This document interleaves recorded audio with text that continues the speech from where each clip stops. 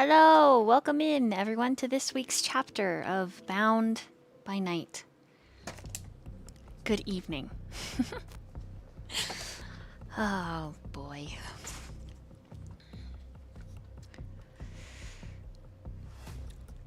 You find yourselves, save for one coterie member, on the magnificent half-mountain, the sloping hill, if you will, of Octavian's family estates, where a church and some other historic homes, estates, are located. The initial interaction with Bob and crew smoothed over for the most part. But where we start tonight is a small skip forward. Just enough that Bob bids you farewell. A good night, Malcolm, and a stay out of trouble to Noah.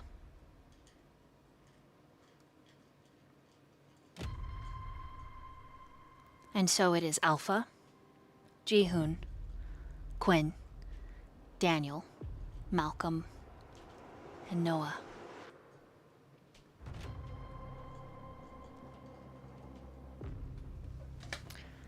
The call that Alpha is just finishing has set him on edge as he returns back to the group. And then looking at all of you, eyes meeting each gaze. He says to all of you and to no one in particular, I need you to watch her. And he pushes Quinn a little bit forward.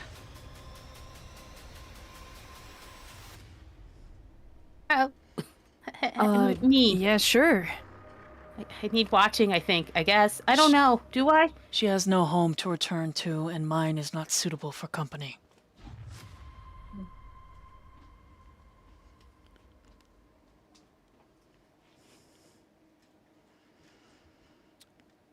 Do this, and I will owe you as a coterie a favor. That makes Malcolm smile a little. It makes Alpha growl ever so slightly.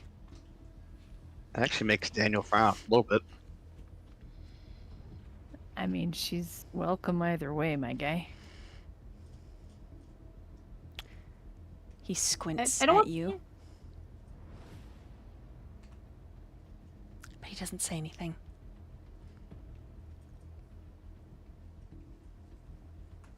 There's room in your car now, Daniel. Right? Now that I've got my bike here. She can go along with you guys. Should be. I just wonder if the car will last on the trip there. Well, Especially with cross that your swap fingers. Maybe a hope and a prayer too. I suggest you find somewhere to rest for the day. I already have a place in mind, seeing as we're running out of options. He nods. Daniel. Mhm. How far is your home from where we are? I would, out of character, I would say probably about as far as you could be from Octavian's estate, given its particular advantages associated with yeah, it. it's the other side of town. Yeah, no Perfect. cap. It's on the complete other side near the woods. It's Yeah. There's So a Daniel- trailer park not too far from it. Yeah, Daniel looks to you, Malcolm. About as far away as you could get from Octavian in this city. All right. That's the best place for us then. At this, Alpha takes your hand really quick, Quinn, and squeezes it slightly, bringing it up, just to capture your attention. He's holding it, but it's gentle. Choose any that you like. Stay with them. If they don't keep you safe. He doesn't finish, but you imagine there's a threat of violence. And then he lets you go. And he starts to walk away. I'm sorry I have trouble.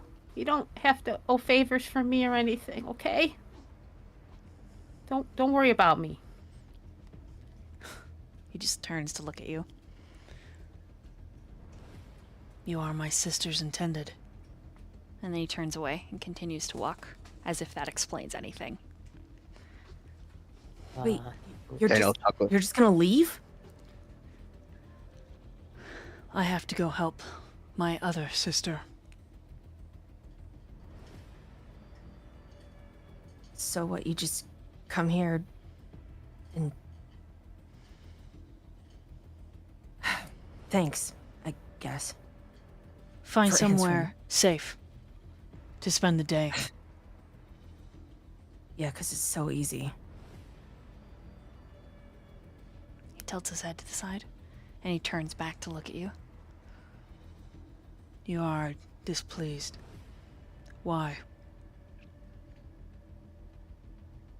'Cause these past 2 days have been a fucking mess.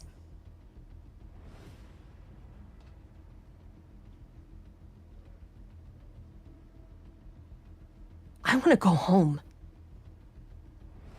I can't even do that. Why is that? Jihoon looks at the rest of the coterie. I don't know. You think I know what's going on? Apparently I'm some fucking baby and don't know anything. Need all these people to take care of me. It was just recommended by the others that we stick together until we get things figured out. Others? Yeah, like I told you this already. yeah, Zeta and those guys, Delta, Sigma, Kappa.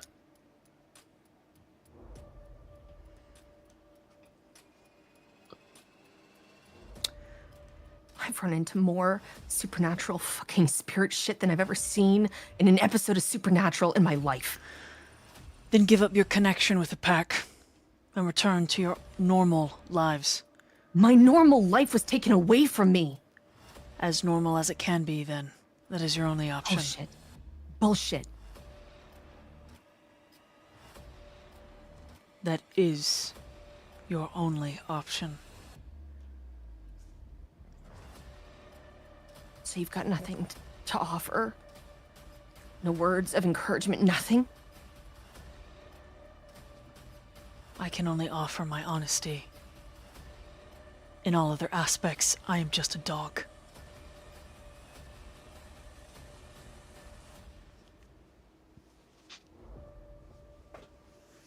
Jihoon kind of I would like smirks to. at huffs a little bit.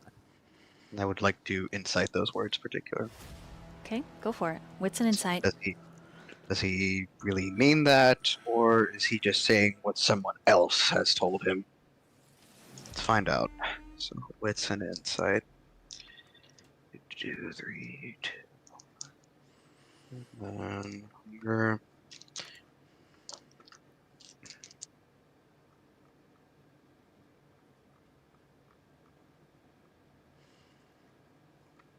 That is 5 successes.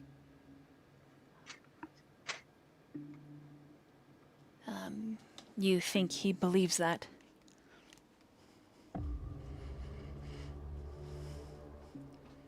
You taste no lies, nor see any different expression on his face.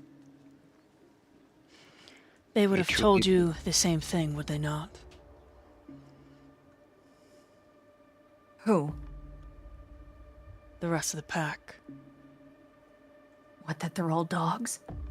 No, I almost got ripped apart for calling one of them a dog. That you need to stay away from us. No. They didn't tell us that. He looks at each of you. He's not wrong.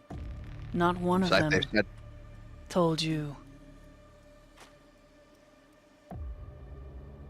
Well, To stay away? No. Okay, that's not true, guys. I mean,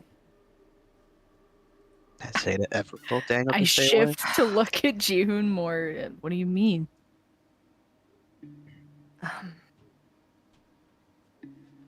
Gamma told me. You say his name and he. Okay, listen, I know you guys. I know you guys are fighting. I don't really get it, and I'm I sorry. don't like the sound of his name coming out of your Okay. mouth. And then he has to Jihoon look is away. not yours. Jihoon is not yours to control. Alpha. Silence. I know. Remember where you are. And he Jihoon steps turns forward around. and takes Alpha by the wrist. He sort of paced away from you, gaining control of his temper. Listen, dude, I know you guys have issues, okay? I get it, but I can't just leave you guys alone. I work for your dad. Did you forget that? He is not my father. Okay, well, whatever the fuck he is. He is my master. What? He turns to look at you. If you wish to be safe, you will continue in your kindred lives as normal. Detach yourself from the pack, all of you. I care not that some of you seek further. And he looks at Daniel before he chooses his word carefully. You can see that. Relations with them. It's a little too late to split apart now, Alpha. Then those of you that are not bound, leave. And he looks down at you, Jihoon. Return to your life as normal. My life isn't normal anymore Of as course. of 2 weeks ago. But this is your new normal. My new normal? Sucks, doesn't it? But it will only be made worse if you continue. So you're saying I have to give up what? You? Them? He takes a breath. I brought you Quinn. You're her own kind. You can keep her safe better than I can. Okay, fine. That doesn't answer my question. Our kind Alpha. should not mix. Give me a reason. Because you are an undead that feeds from the life force, and I am a warrior who has been trained to protect it. You are my natural enemy, and so are all who threaten that which is life. That is why. Because the kind that made you, and he pulls his wrist back, are the kind that keep the pack bound.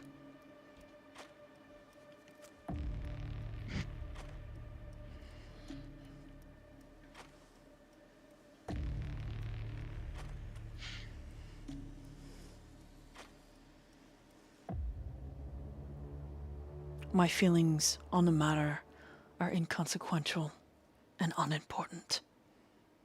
That's bullshit too. It is my duty. Your duty to not have feelings on the matter? He looks at you. And then he looks down at the blood on your shirt. Then back up at you. Looks down after that. I get it. Okay, I get it. Someone tells you to do something, and you just do it, right? He just nods. Someone tells you that's the only way, and you just do it, right? He nods. And you just listen to them, and you don't fight back. My will is Right? not my own. Yeah. starting to sound a lot like me.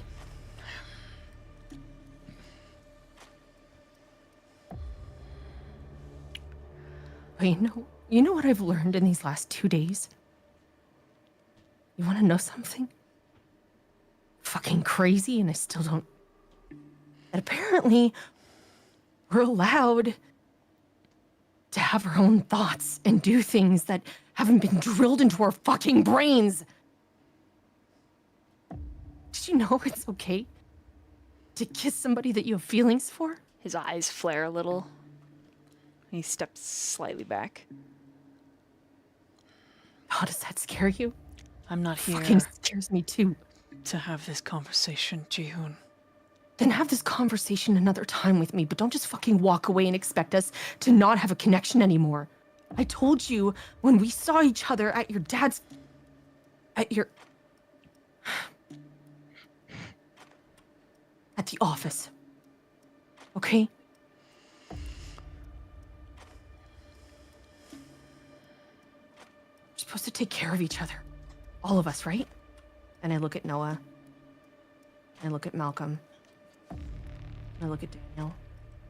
We take care of each other. Right? Yeah. That includes you too. It does Don't not. give a... It does. For fuck's sakes. Fuck, this is such a mess. It does not because it cannot. Then just leave. Just leave because clearly you don't want to listen to anything that any of us have to say. And you came here, you did what you had to do, you helped. Thank you. Thank you so fucking much. He gives you all a stiff bow. And he turns to leave.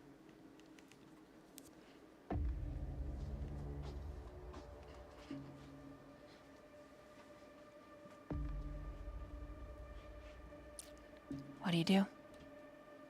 Jihoon just whispers. Just wanted to help. I just wanted to have a friend. And he turns and he kind of saunters back to Noah's side. What does the coterie do?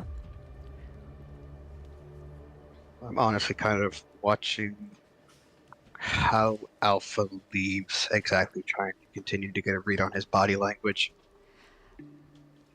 What it's telling me exactly.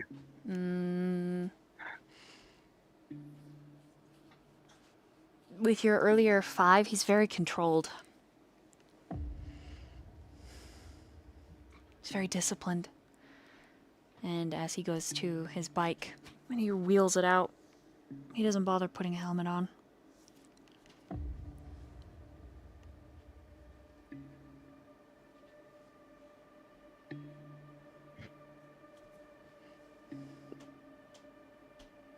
You don't really draw too much.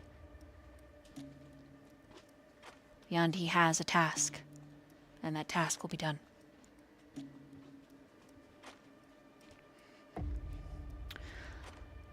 He straddles the bike, pulls up to you, Daniel, without looking at you. He says, Should you need further assistance? and he hands you a card. Call. I'll keep it in mind. And then his eyes flick to yours. But before you go,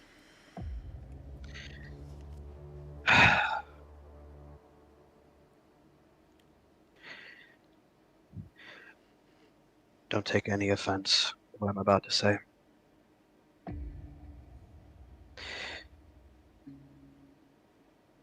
But you're only truly a dog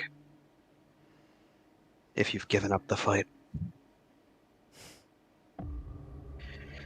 You say your will is not your own? I don't think that's true. Not entirely, at least.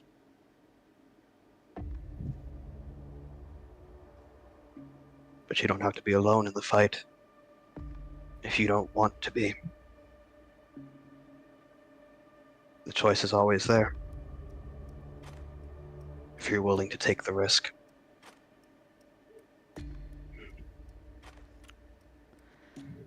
You see the war behind the eyes, and if he even graces that with an explanation.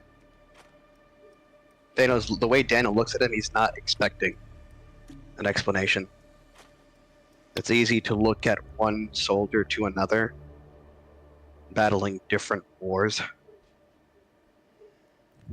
Eventually, All Alpha says, I have a duty, and it will always be done.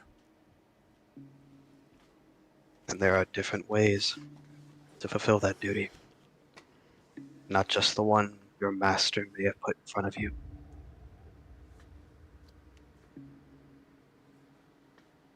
Soldiers are given plenty of orders before they march off into the Hellfire battle. But how they fulfill those orders, that's up to them. Then you clearly, Daniel, Price, have never had sisters. and he pulls away. He leaves a lot unsaid.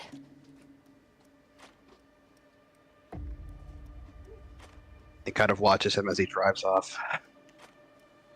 You aren't wrong there.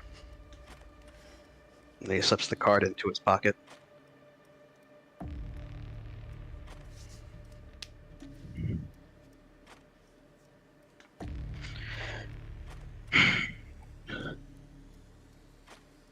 And with that,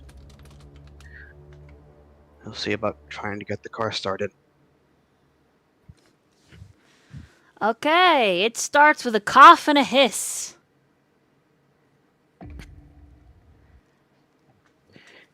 Anyone else add to this small, very pregnant silence? Wow. No. Noah, June, Yeah. you should go What? ahead. Meet them Yeah. at the arcade like you planned. Let us know what you find. Will do. We'll meet you at Daniel's. Cool. All right. Gets back on his bike. You coming, June? June doesn't say anything. He just gets on the back of the bike.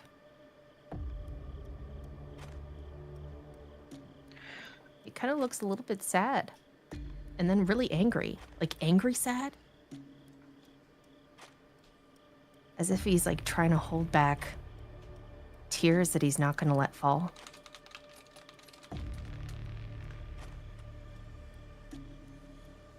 He looks like he's gonna say something.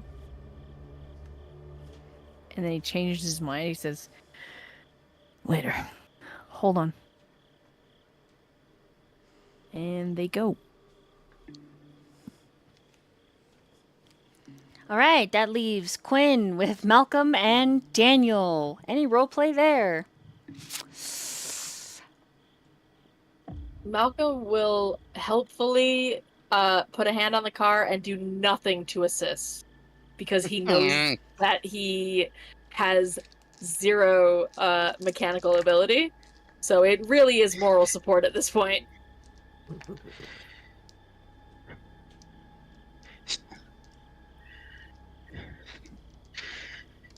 I really don't like the way that startup sounded. There's probably some damage to the frame. Maybe a fucking piston ring's gone out. Do you think it will get us where we need to go? I honestly think that that's the most he'll be able to do. It's no doubt Zeta did some...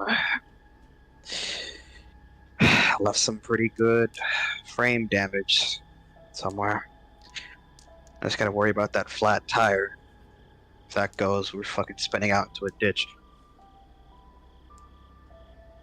Roll an intelligence and a drive. Both of us or just Daniel? Just Daniel. Malcolm's just leaning against the Malcolm- car, Yeah. helping you. He doesn't even know how to drive. You don't want his help. You said intelligence and drive? Yep.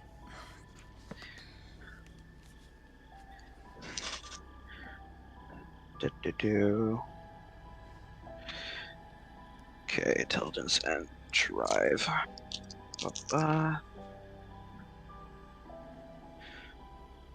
That's 5 again, but this time it's 1 success and 1 crit.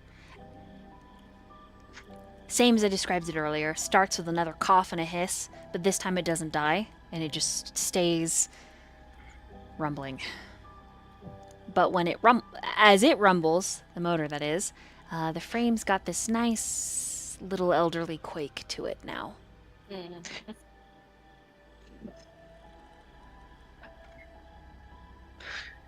It's safe to assume this thing's going to be totaled after this drive. I guess tomorrow night's going to be an issue of trying to get a hold of another car. But I that's can tomorrow's handle night's that. problem.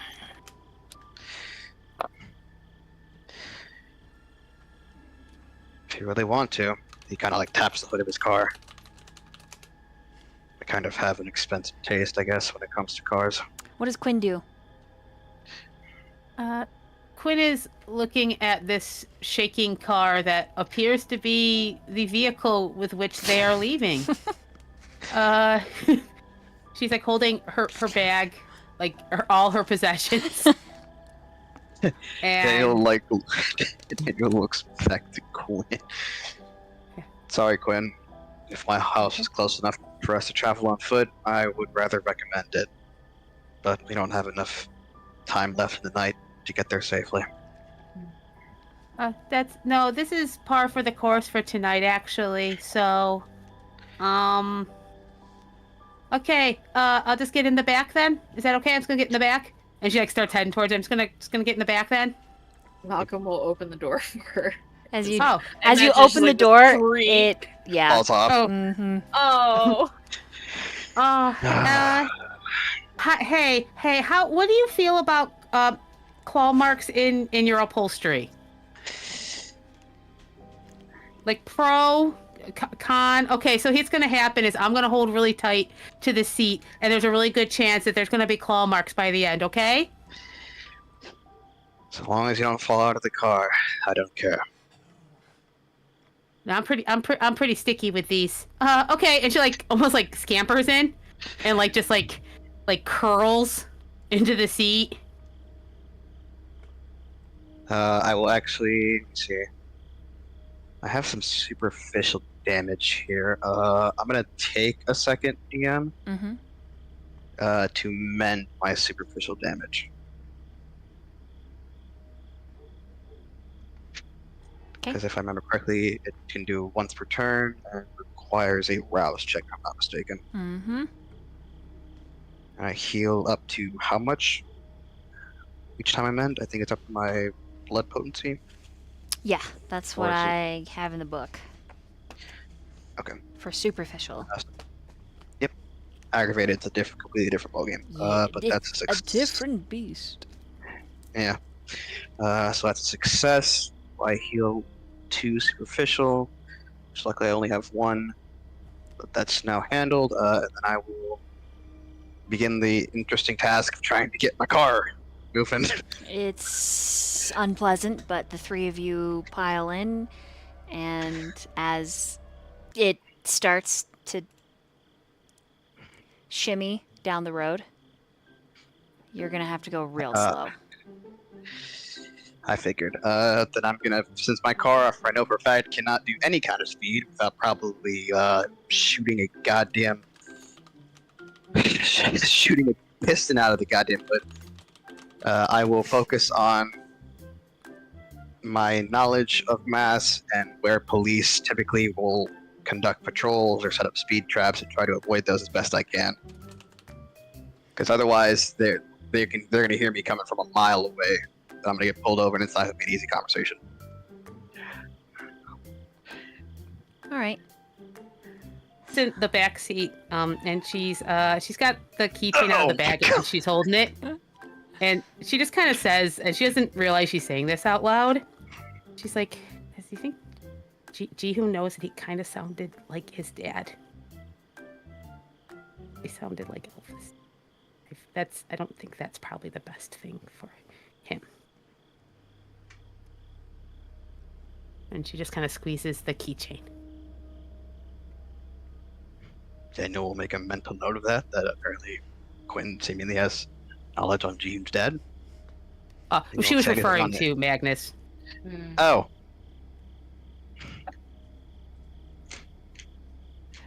Oh. He's lost in thought a little. More concerning. Interesting. Okay. I'm assuming you want me to make some kind of drive check, Dion?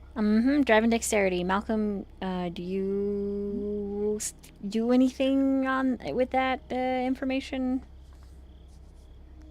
He clocks it, but he doesn't say anything. Gotcha. Okay. Let me see. I might risk it. Given how the state of my car is, I'd like to have some extra focus here. Where am I at?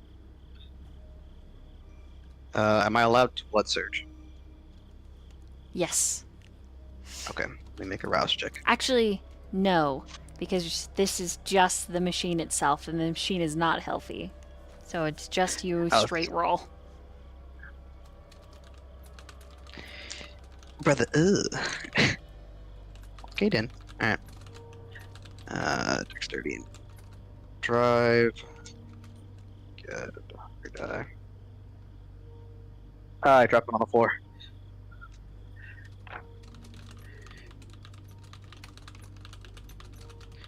That is, wow. That's fucking par for the course. Alright, another 5 successes.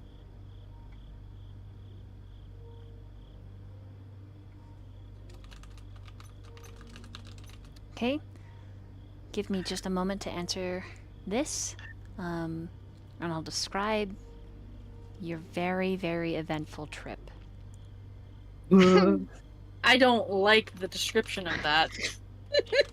It doesn't need to be eventful. It could just be a very slow, merry jaunt through the city.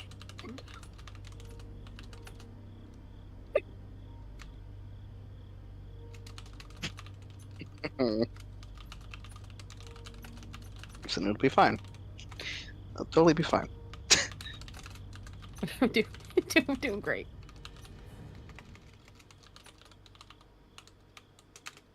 I don't know cars. How many pieces can fall off it and it still be a car? We're losing some in the back. I mean, do you want me to tell you, or would it be better for you just not to know? Honestly, would prefer just not knowing. Okay. Ooh. Okay. I'll try not to make any. Oh, that sounded big. Okay. Holy fucking shit. If there's like no cars at all in the immediate vicinity, Daniel just like smacks the fucking wheel. Just and it just sounds. It sounds like a fucking painful groan from the car. Oh, The horn sounds disfigured. this poor car. Uh-oh. Your delightful journey across Mass does not, in fact, get you pulled over. Neither does it get you caught into any speed traps. It does, however, attract several crow, squirrels, and other small biannual nighttime creatures to watch as this horrible entity limps its way through back streets. I can't believe we're being shamed by fucking crows. Nature itself seems to be watching and be disappointed in you. God damn it. Deer walk in front of your fucked up vehicle as if it is of no consequence. Your headlights continue to sputter, and the whining wail of your engine is a death knell that just hurts you, Daniel. Malcolm slowly slides down in the seat as if he can be hidden from these judgmental woodland critters. You try to pull down the lever to shift your seat and it breaks. Just throws it out the J.O. window at this point. J.O. just gives you a bombastic side eye. And it is with some fortuitousness that you make it to safety before you are toasted and caught up in a blaze of sunshine. What? Hello? Did someone say oh? Oh. What? Oh. It was probably me. I Oh. apologize. Yeah, and well, meanwhile, right there.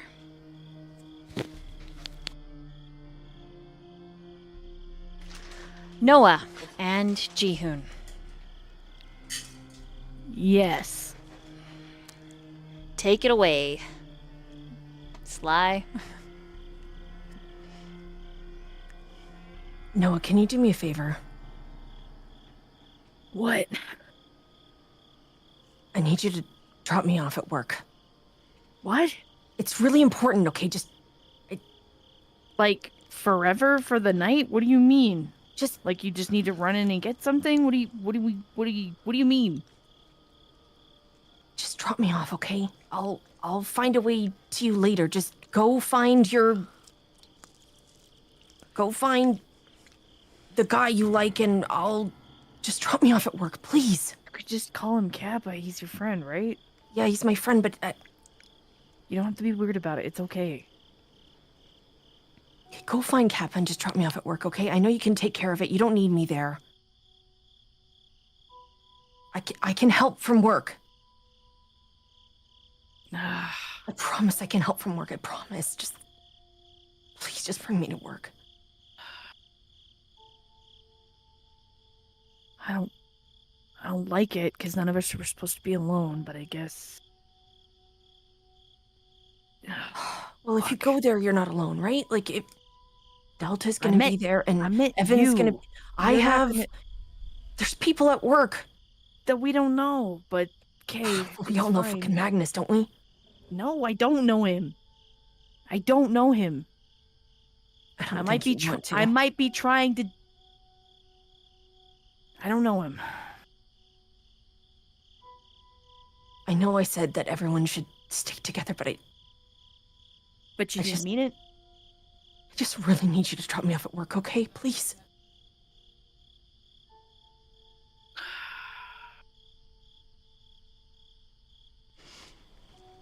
A question passes your Yeah. mind, Noah. Okay. How is he going to help you from work? In what way?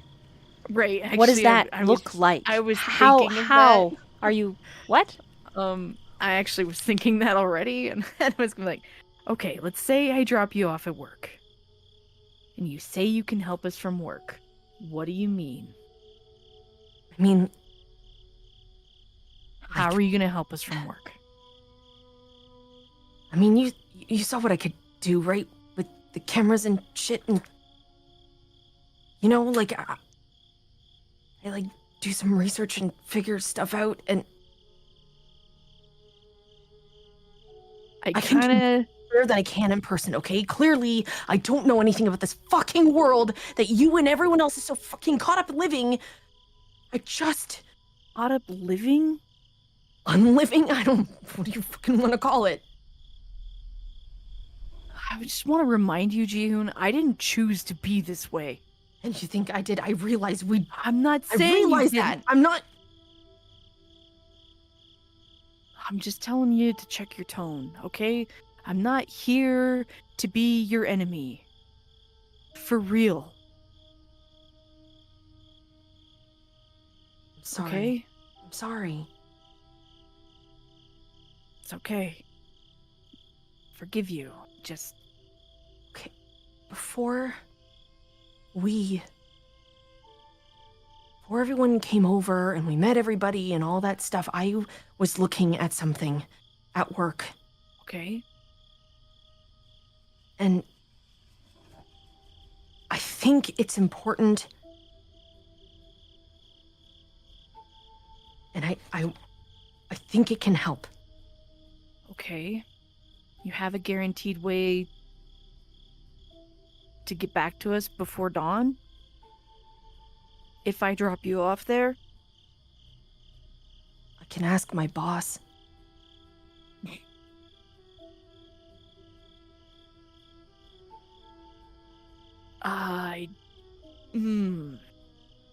I don't. I don't know your boss. I don't have anything against him. I don't think Daniel wants him knowing where he lives. Okay, then I'll just stay in my office. It's not like I haven't pulled all-nighters and I'll just sleep under my desk. What's the harm?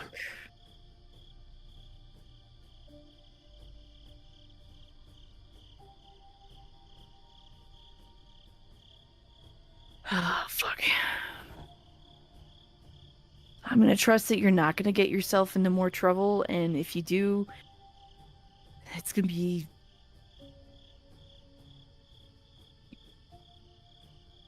on me. Okay, well, if I need anything, I'll just message you, yeah? If it's dire, you call me, Really hate and I'll calling come people. get you.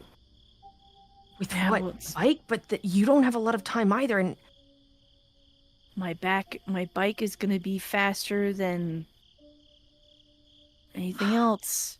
okay, that you'd here's probably have options for. okay. Solution, right? Problem, you want me to come back with you, stay together, bullshit, yeah? Solution, time limit. You go look for Kappa, you meet up with Evan and Delta, and you come back and you get me, and then we go together. Give me a time limit. Okay, Okay? I'll drop you an ETA when I get with them. Okay? Okay. Okay, roll a dexterity and drive, Noah.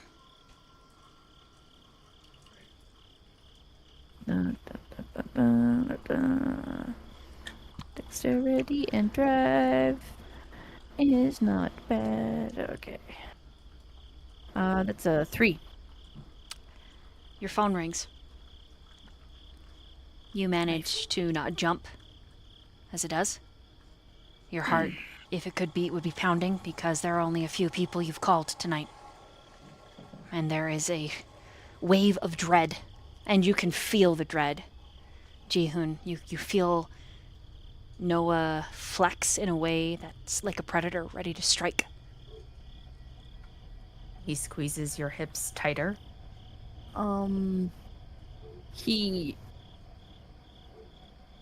He's got a like a Bluetooth connected helmet, so he'll answer. Hello? Yeah, hey, sorry about that. I didn't mean to not answer your phone call. Is everything all right? Oh my god, are you okay? Oh yeah, I'm great. You're good? Yeah, I mean I'm 'Cause pretty. it didn't look like you were good. Oh, that was. Oh wait, hold on. Were you worried about me? Was I worried about you? You practically got ripped in half. Oh yeah, but there was no ripping and halving, right? Spine held true, so we're fine. Pretty What are you doing right now? fucking close. Is everybody still freaking out? Well, I'm taking Jihoon to work. What? And What the fuck? Wait, you're taking the little Asian guy alone to the fucking lion's den?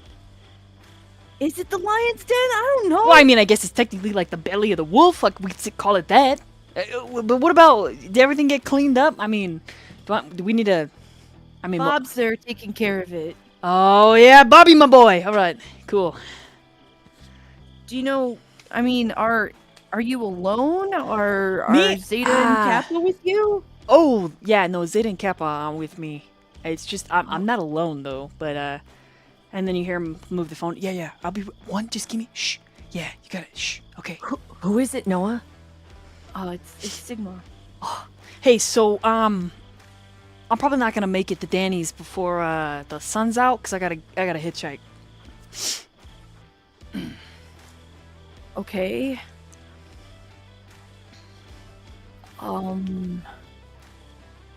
I don't have room. No. Or I'd offer to come get Right. you. Well, you're dropping Jihoon off at work, you know, so maybe you could. Well, where are you? I could give you the. Actually, you know what? No, don't worry about it. Don't worry about it. Don't worry about it. I'll just hitchhike. It's fine. It's all right. Can't you call it like a ride or something? Like call like do you need? No, no. It. Don't worry about me. I got it, Noah. No, I appreciate that you're worried about me. Shut up! Shut up! You blushing? Shut up! I'm sorry. I can't help it. I'm kind of. I need to blow off some steam for sure. Whew. Okay, well, cool. You're okay. That's great. Yeah, I mean, I got high hopes. If I'm not dead, then I mean, Zeta's probably not dead. But who knows? Who fucking knows? Who fucking knows? How are you so nonchalant about this? Well, because I don't know. I guess death is just part of the game, right? Okay, I don't know. Maybe it's a coping mechanism. Well, how the fuck do I know? sounds like an No. unhealthy You can't one. tell your mom he's staying here. Shh. Hold on, Noah. What? And you hear some Mom, who's ruffling. Mom? And you hear him. No. Shh. Yeah. Secret. Shh. Yeah. Yep. Okay. All right. And you hear like a window open and like a couple latches, and you hear this laughter. It's like musical laughter. And then you hear Sigma grunt after a window slide's closed, and then you hear like a sprinkler system, and you're hearing all this with your Kindred hearing, and then you hear his footstep, and then up and over something. Whew, sorry about that.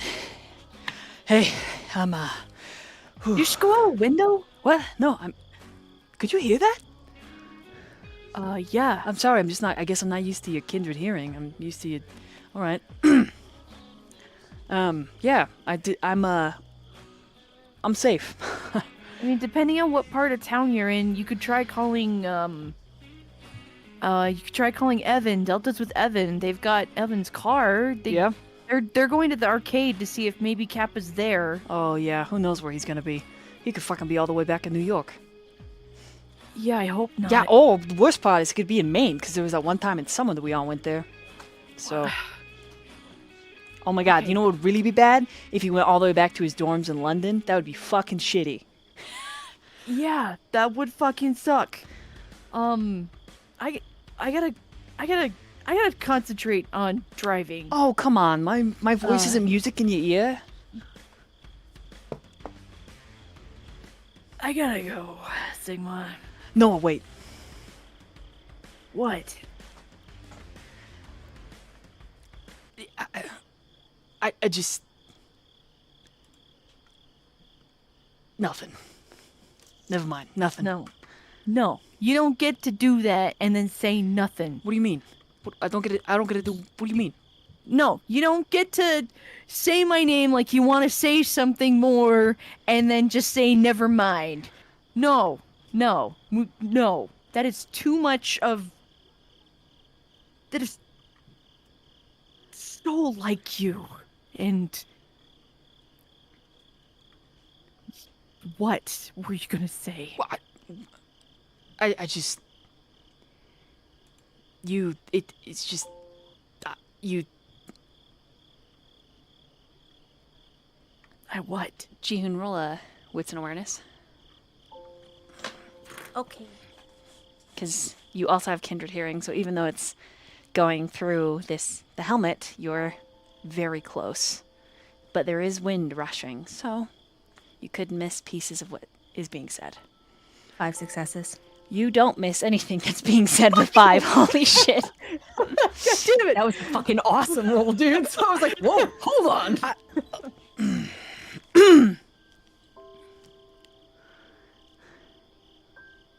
I don't know, just...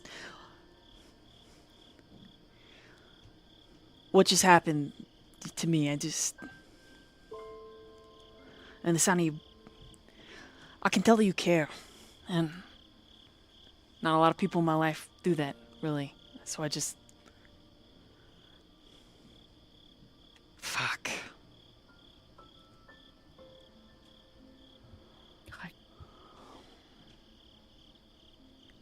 Look, I know how everything ended like a fucking fireball on the back of an elephant stripper. Like, I get it.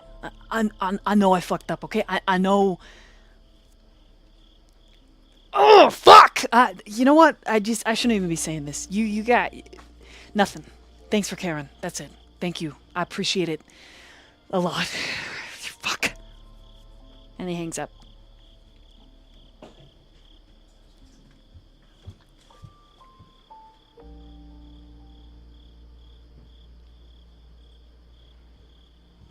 Noah's body language is like he's totally forgot that June's on the bike with him.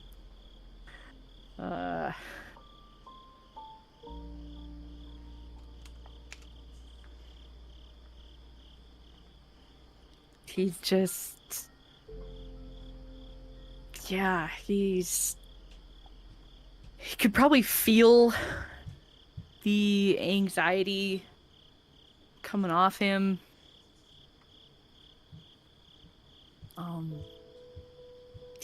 He just quietly just keeps saying, fuck. God.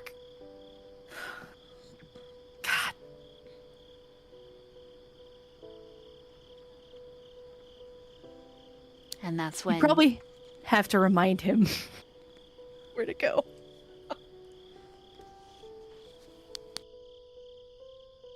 Sorry, storyteller.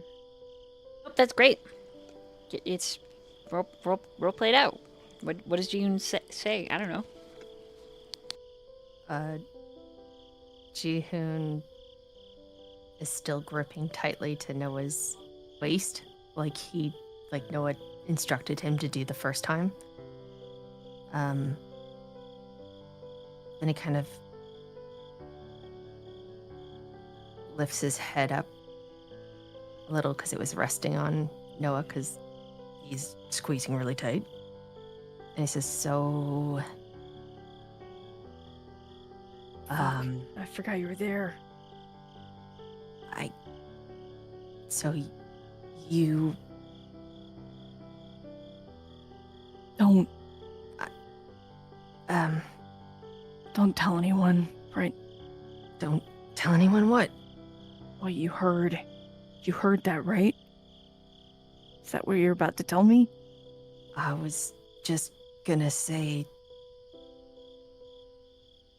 I wasn't gonna say anything. I don't... Are you okay? It's complicated. So, like, really fucking complicated. do you like him? Fuck you.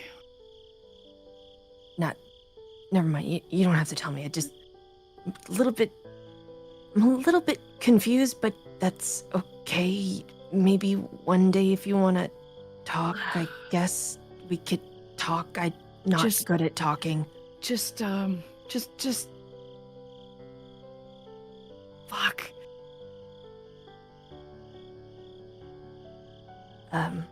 I don't. Jihoon just takes the other hand off his waist and taps his shoulder, and he just kind of it's. You don't need to say anything. We could talk later when you feel better. You're a good guy, Noah.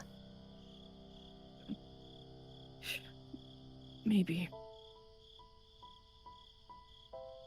I don't know. I think you're okay. Thanks. You barely know me. It's fine.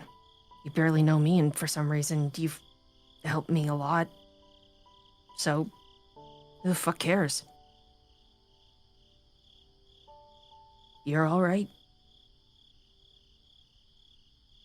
Thanks. You know, it might actually be easier to talk to someone I barely know. I don't want to talk about it too long, but just know Sigma and I have history. But Sorry. no one knows. No one knows. And now you're with. Especially Kappa. Because I thought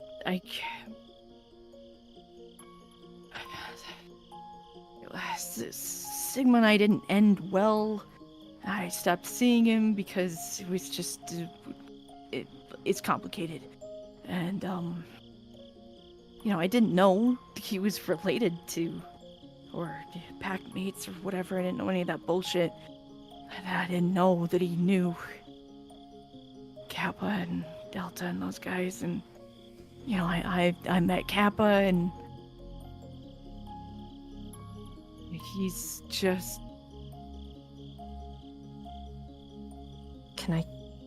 Can I tell you something? Yeah. I don't think it's really good to keep that kind of secret from Kappa.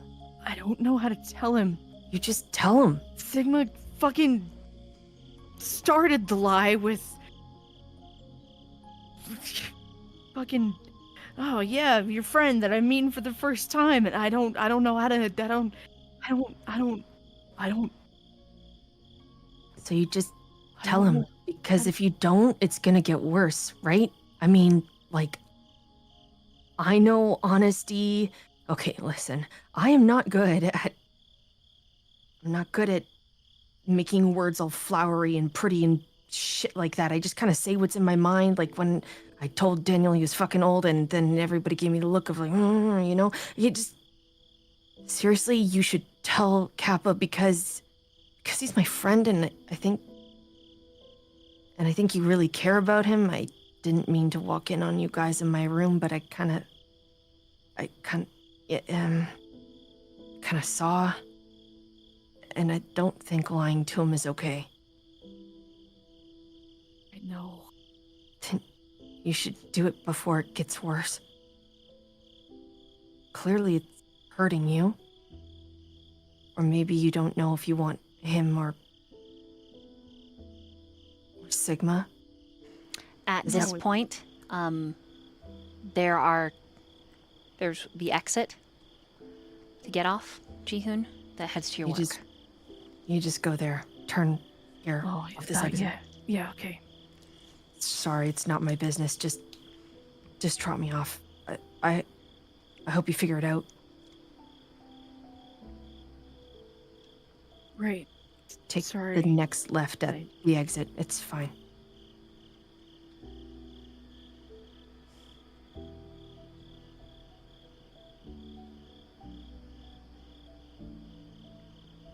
It's just awkward quiet now. Okay. If you want, we can be friends. Maybe. I thought we were. Wow. Isn't that what you said earlier? I don't know how this works. Just if you drop me off, Jihyun's gonna get off the bike and he's just gonna tap your shoulder again. Thanks, and just tell me when you're done and okay? Yeah. Good luck. Okay, we're gonna I guess. meanwhile right there. I will need the two of you to roll wits and awareness. And we are going to slide over to Evan. You and Delta have pulled up to the arcade. She is almost hyperventilating. She throws your car into park, leaves the keys in though. It's still running, and then she rushes inside. And as she does, there is a trail of red. Her tail, her ears, partially shifting as her emotions are harder and harder to control. And when she cannot get her keys to open the side entrance to the arcade, she rips the door from its hinges, sending the metal and glass shattering. And then she disappears in a flash inside. What do you do? Oh, this is not good. He reaches over, pulls the keys out, shuts the car off, and then he reaches in his glove box, pulls an item out, and sticks it like in his waistband, kind of behind him a little bit. and follows her in. Okay. As you get closer to the entrance, I need you to roll a wits and awareness. Okay. 5 successes. You just hear her calling for Kappa. You hear an arcade machine gets like ripped and moved, like she's pulling it away from the wall. All of the doors are open, and the doors all have lights turned on, but the main lights in the arcade are not on. And then in a flash, she's cutting around the cashier desk, and she's headed into the back, calling for him. Would Evan know how to turn on the lights in the Yeah. main area? Yeah, I Okay. mean, it will cause the illumination to spill out the front side of the arcade. But yeah, you can. Did she park where the car is visible from the front? No. Or Nope. She parked an employee her parking spot. And then there's like Noah's parking spot right next to hers. So, give me 1 second. I'm just going to roll to see if you'd realize that doing that would broadcast that they're in the arcade. gotcha. Okay, so he would realize that. So he wouldn't actually turn them on. Okay, so he goes to reach for her and he stops. Then what does he do? He just followed behind her, just checking everywhere that she's been, just in case she like ran past and missed something. But not like spending too long. He'd still want to try and be on her tail, if that makes any sense. Right, okay. Roll a wits and investigation. That is 4. Okay, retracing her steps. There is a very specific set of games. One of them is a really, really old Street Fighter, another is a Contra, another is a really old Pac-Man. And this area smells like Kappa. It smells like he frequents this. One of the screen is flashing, and all of it... This is going to be so funny. All the names are oh my god, I can't believe you're going to see this. K-Cup Fantastical. Like, that's the person who's won. K-Cup, K-Cup, K-Cup, K-Cup, K-Cup, K-Cup. Yeah, and you can only imagine, it's probably Kappa. Yeah. As you trace over to the restrooms, to, like, across from the restrooms, there's this, like, curtained, sectioned off area that has a lot of, well, it doesn't have a lot, but it has part of the, stock, like the stock where she sells popular trading card games. That's where that's at. It's not yet set up for people to come in and play games at, but it's sort of this open area that she's getting renovated. Yeah. Tracing through there, you find a series of very nerdy, fun things, from sparkly dice to area to paint miniatures. I mean, it's going to be lovely. There's a mural on the wall that looks like it's in the middle of being painted. It looks like maybe some of Noah's work, because she's talked with you before about how he fixes the machines. She gets the parts and then he gets them working. You can see sort of a Promethean, Frankenstein arcade game in the corner that's just it's laid out on a tarp with a bunch of tools. It's definitely messier than the rest of the arcade, but it's cool to see. So you walk the whole length of that little area, that's stock and part gaming area, well, different kind of gaming area, and nothing. By the time you circle around, the curtain whooshes and she's standing there holding it open, ears solidly back. Her eyes have taken on a fox-like cast. Her teeth are sharpened. Face has a little bit more foxy features. Like, you think she's got like lines on her cheeks that look whiskery. He's not here. He's not here. I can't find him. I don't know what to do. Where do I look? Where? I was about to ask, where's the next area he might be? You know him much better than I do. I don't know. It's somewhere safe. We could try his office at the hospital. We could try... And she stops and then looks at you. We could try my house. She winces. Roll intelligence and insight.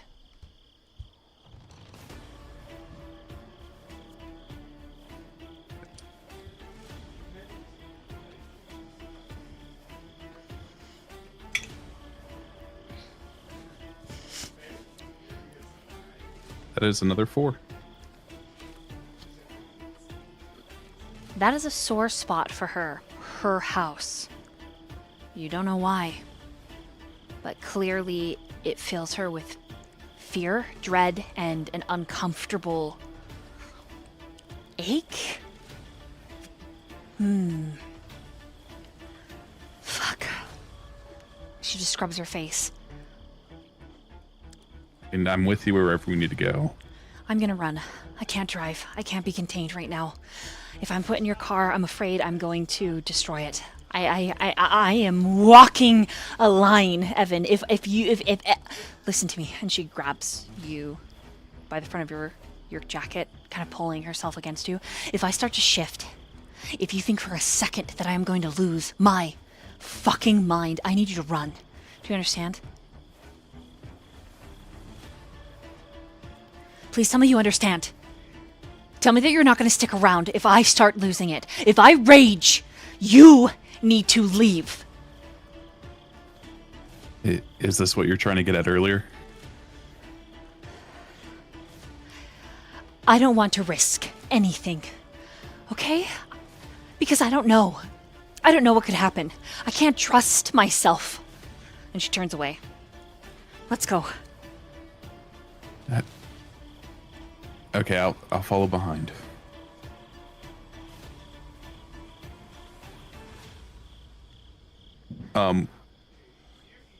Two questions. Would he know where her house is? And would he know if he can keep up with her or not on foot? He has never been invited to her house. And as far as keeping up with her, you might have to celerity if she's actually running all out. He would follow her in the car then. Okay. Roll a dexterity and a drive. That's a 9. Okay. With a 9, you manage to keep up. What is crazy to you, Evan, is as she starts running, she drops to all fours, form almost completely shifting. She passes in front of a group of people, and they pay her no mind.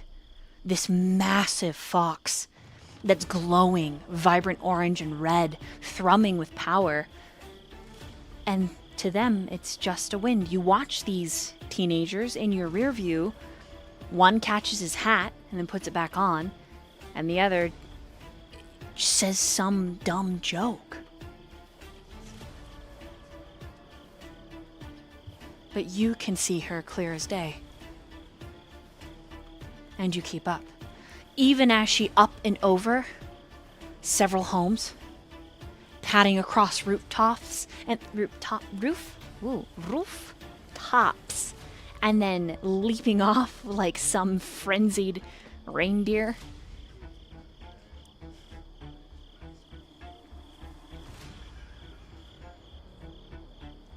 However,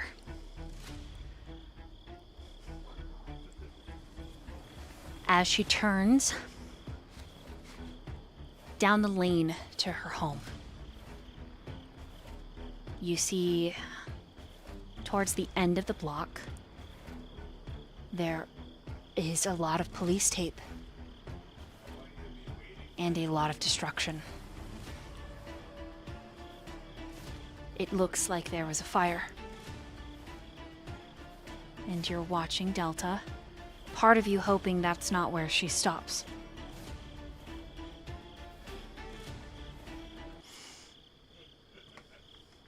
But she does. She stops in front of what would have been a townhome. That is nothing but ash and cinders. As you pull out into a parking spot or pull up just beyond someone's mailbox and you get out, you hear Delta let out a wail and a cry. And she kneels in the ashes. And she lifts a limp form. God, no. And then he'll just sprint towards her. Covered in ash and soot, blood trickling from his eyes, ears, nose, and mouth, his hair undone and stained in even darker silver, is Kappa. Dark smudges from more than the ash are underneath his eyes. His cheeks look hollow. He looks as if he has aged far beyond his 19 years. But she gathers him and stands, looking at you. Jihoon's clothes a mess, once again.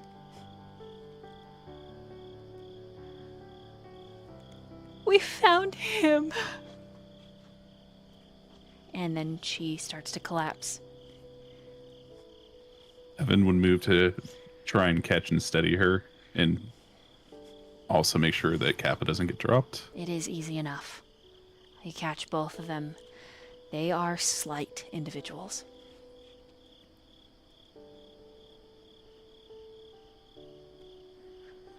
Let's get somewhere safe. Let's get him. Do we need to bring him somewhere? She nods and just mutters, "Hospital." And then she begins to speak in that lyrical language to him. And she continues to say the name, Lumiere, Lumiere, Lumiere.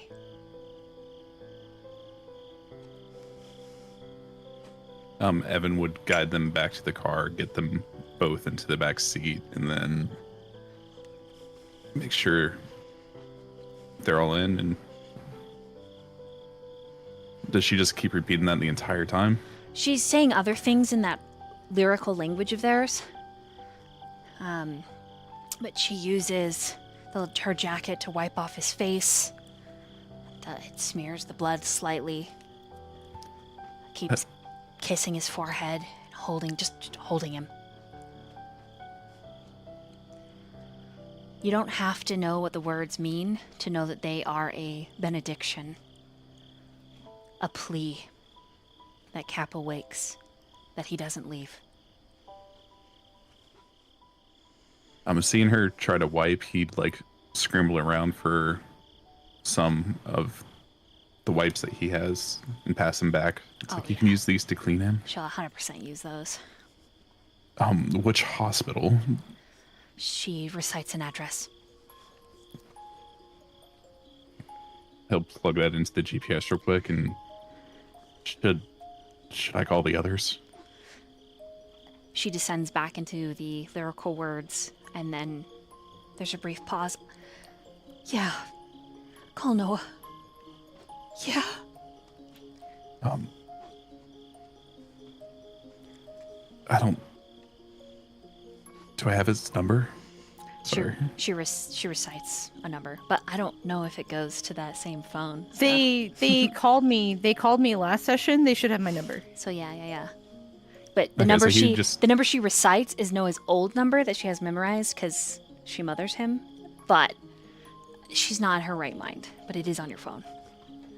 Okay, so he just hit the redial since they just talked to him. Okay. Your GPS says ETA 15 minutes. And it's the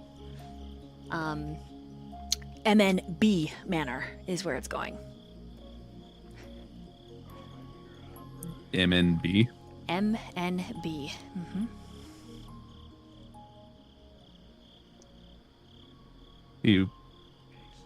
I'm assuming while the phone's ringing, he'd pull off and head that way. Okay, so MNB. Men in Black. Thank you, chat. Okay. Hold on. So, what did Noah and Jihoon get on your wits and awareness? I only got a 2. Okay. 4. Okay, so your phone's going to go off at appropriate time, and then Evan's going to call you, and your two scenes are kind of going to have a segue together. But both of you are going to see this. The building itself is this impressive skyscraper. It's lights, blackened windows, all glass and steel. It's intimidating, to say the least. It does not look like a place, Noah, that would calm Jihoon in the slightest. And then the two of you, for some reason, have a feeling, a sensation to look up. And when you do, you see that in one of the office windows, a light has turned on and backlit. Usually you can't quite see through these windows unless it happens to be the right circumstance. Someone very close to the bank of windows, a light inside the room on to illuminate, right? And it just so happens that the both of you see the same individual.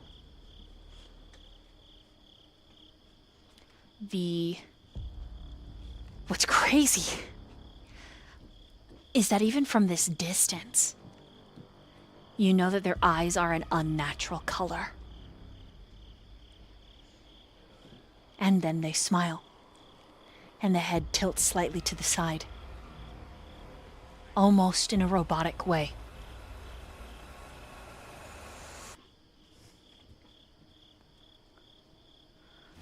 And then you hear someone clear their throat not far from you. You didn't see them before, but a very well-dressed gentleman is having a smoke with a fellow kindred.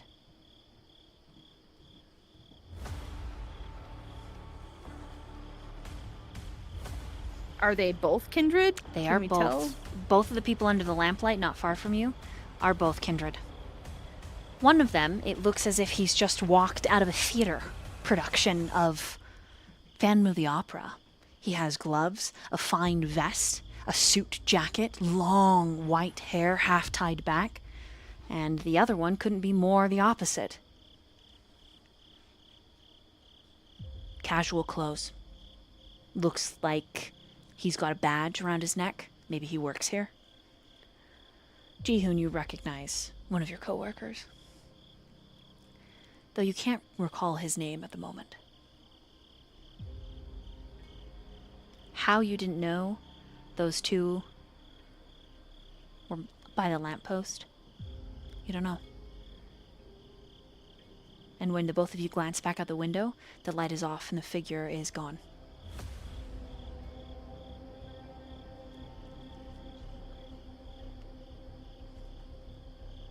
I'm getting B horror film creeper town vibes from your work. Are you sure you want me to drop you off? I don't.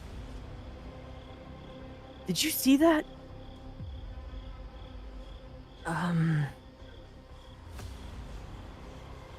The guy up there? Yeah. And those two over there? Well, I'm surprised I didn't see them first, but yeah, I mean, the guy in the window freaked me out more than those two. Those two just startled me because I didn't see him at first, but I don't know. I don't know how I'm supposed to feel. That's when your phone rings. And the name Smooth Guy. Just kidding. Evan. Evan's phone number. oh, hold on, it's Evan. Hello? Hey, Noah. Where are you at right now? Jihoon's work. We have him. He's You found hurt. him? Yeah, he's hurt. We're taking him to my GPS said MNB is where Delta said. Okay, But I'll meet you there. yeah, I'll text you the room number whenever we get in and everything. If that's how this works, I'm not sure. This night's weird. Yeah, just let me know. I'll head there ASAP. Thanks for letting me know. No problem. I'm gonna focus on driving, and Yeah, then be safe. he doesn't even say bye. He just clicks. They found Kappa. He's hurt. They're taking him to the hospital. You should go. And you're gonna stay here with. I'll be okay. He's important to you. You need to go. You remember what I said though? You call if you need help. You go and find Kappa, okay? Just go be with him. I'll be okay. I promise. Frowns. Just go. Okay. You fucking call me if you need to though.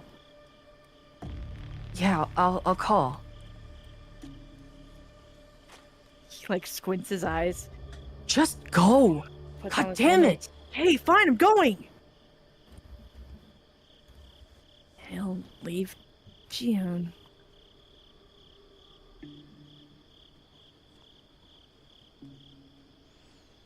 Okay, you head away.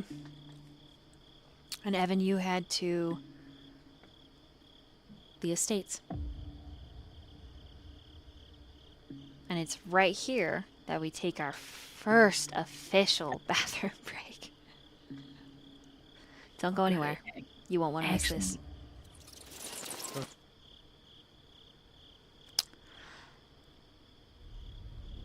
And we return. Noah and Evan. Both of you Yes. roll for me a last dexterity and drive.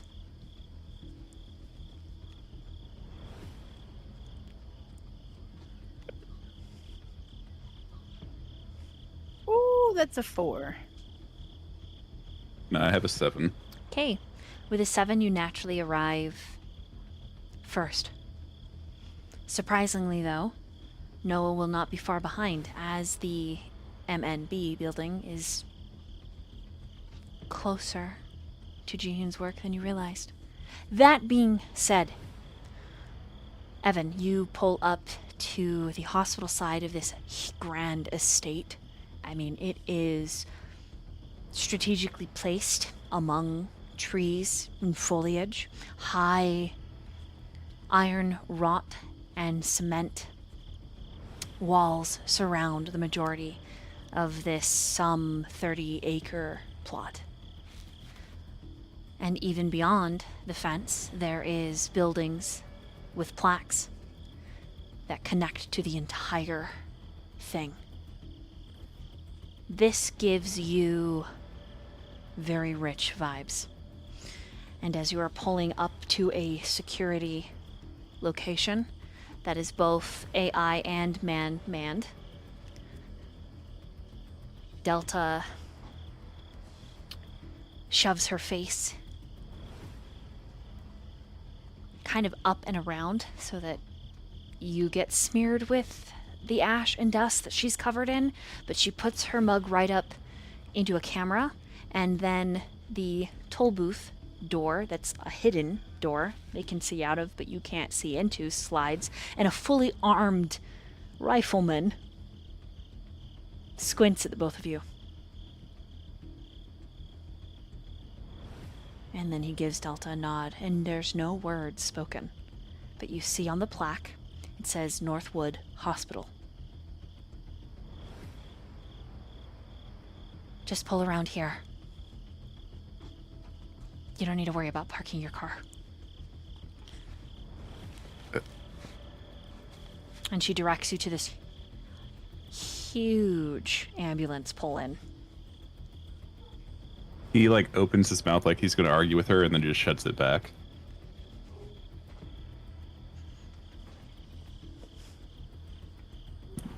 And he'll just pull into where she told him to. Okay. She gets out without much fanfare. It looks like every ER entrance you've ever seen.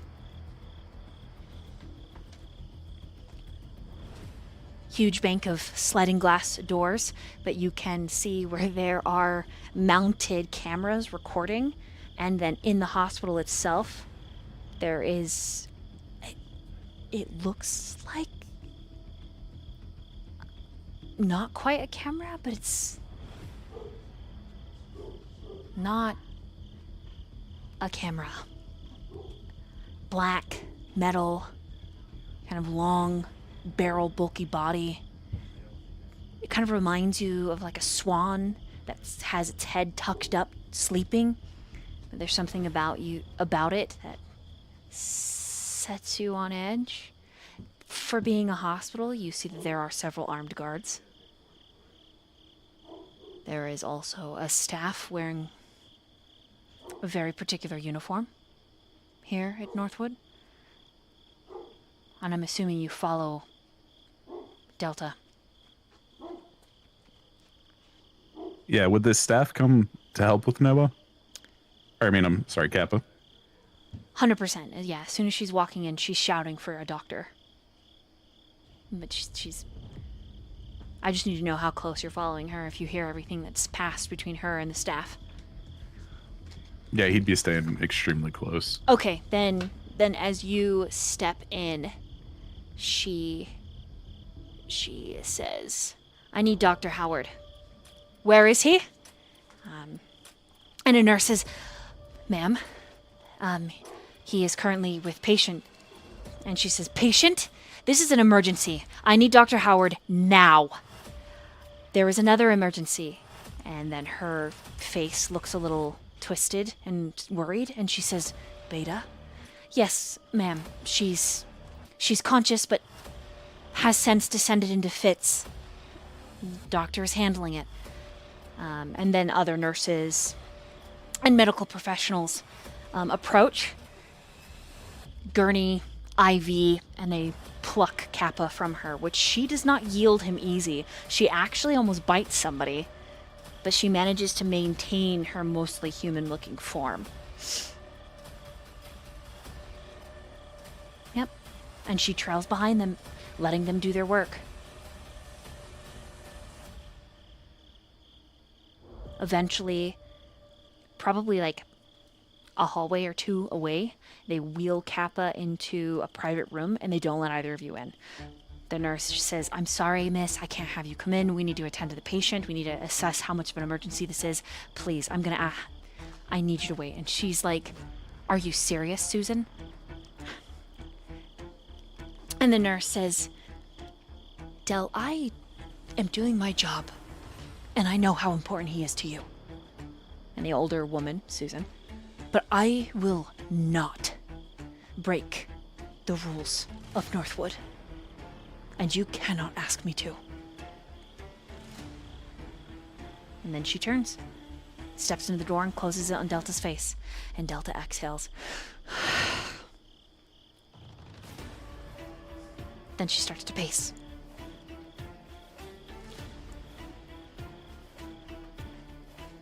What do you do?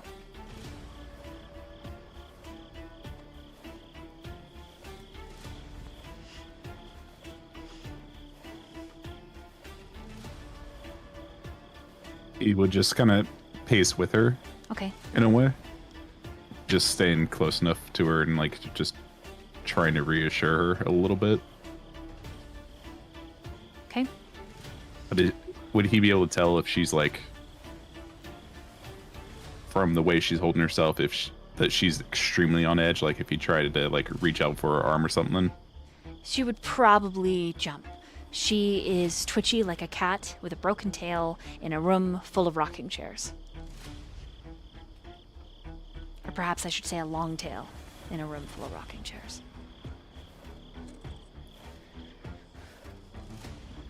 And she's sort of muttering underneath her breath. Roll a wits and awareness, Evan. All right.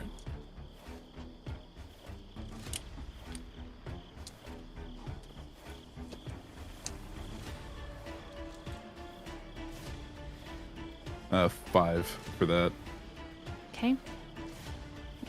You are watching and keeping a healthy distance between Delta. She does a long walk all the way up the hallway, and then she comes back, stops, stares at the room Cap is in, then she just starts doing short pacing, so you don't have to walk as far. But you catch a glimpse of an armed guard on the opposite end of the hall that you came from. So it would be as if you were going further into the belly of Northwood Hospital, which clearly is privately owned. This guard is looking at you with interest, and he begins to approach.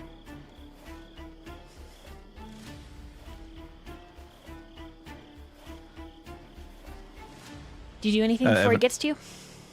Evan would kind of make eye contact with them and wave, just being friendly.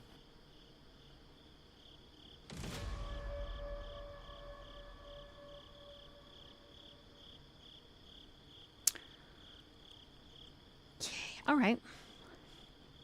The guard doesn't address Delta, he addresses you. Y'all got credentials to be here?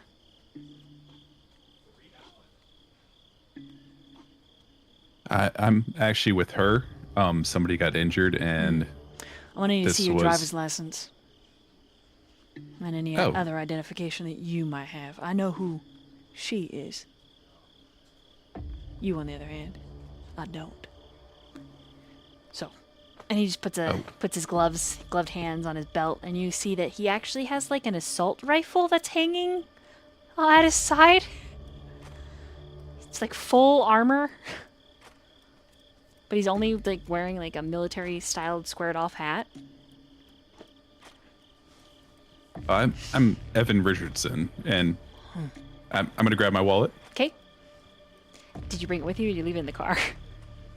He always have it with him. Okay. So you hand over the identification, no problem. Mm-hmm. Okay. Guard looks it over. A clipboard that is also hanging from his belt. He lifts up, unsnaps, signs a couple things, takes down a few numbers. You're thinking he's taking the number of your license down, closes that up, and then hands you your identification back. All right. Mr. Richards. And then he looks at Delta. ma'am. And when he looks at Delta, it's kind of the same look that she's been getting a lot tonight, even though she ignores him completely. There's a longing in his eyes.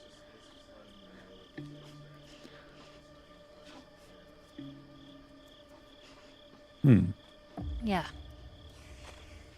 But he leaves you alone. Walks back down the way he came. And you see there's like this little high chair set up. Almost like a stool. And he sits down. And he radios something. You watch the movement easy enough. Reaches up to the shoulder, leans down to speak. And Delta has not stopped pacing. Anything else that Evan would like to do? He'd go back to catch up with her. Just be like, Del, they just asked me for identification. Yeah, everyone has to sign in. I didn't think about it. I'm sorry. Okay. With Kappa, you said this had happened before. Has this happened before? What do you mean? Like coming to Northwood?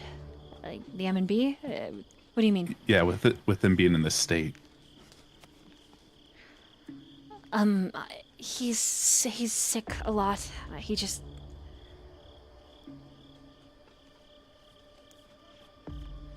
Not really like this, I guess. I don't know. I just... Fuck. And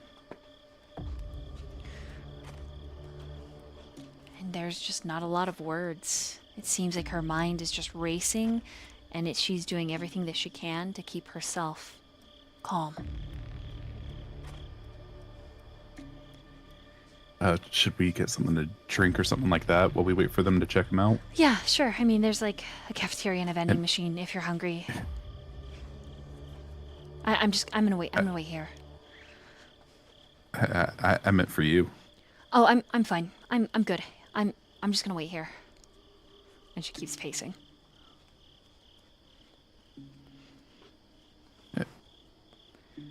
He'll just wait there with her. Okay.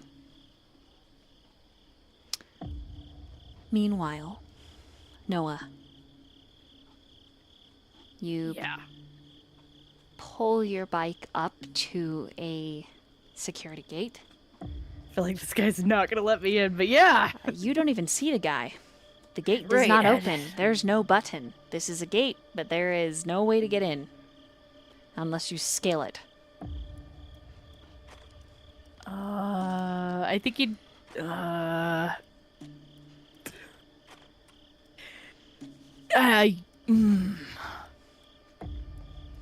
I will also note, Okay. on your actual GPS, this place, it is not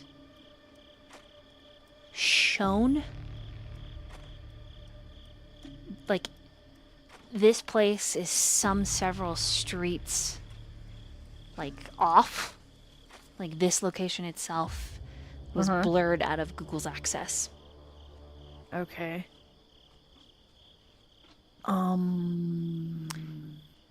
But you see a plaque. It says Northwood Hospital, so, you know, maybe. He's definitely gonna scale the wall, but he's gonna. I don't think he's gonna scale the front gate. Okay, so you're gonna find a different spot.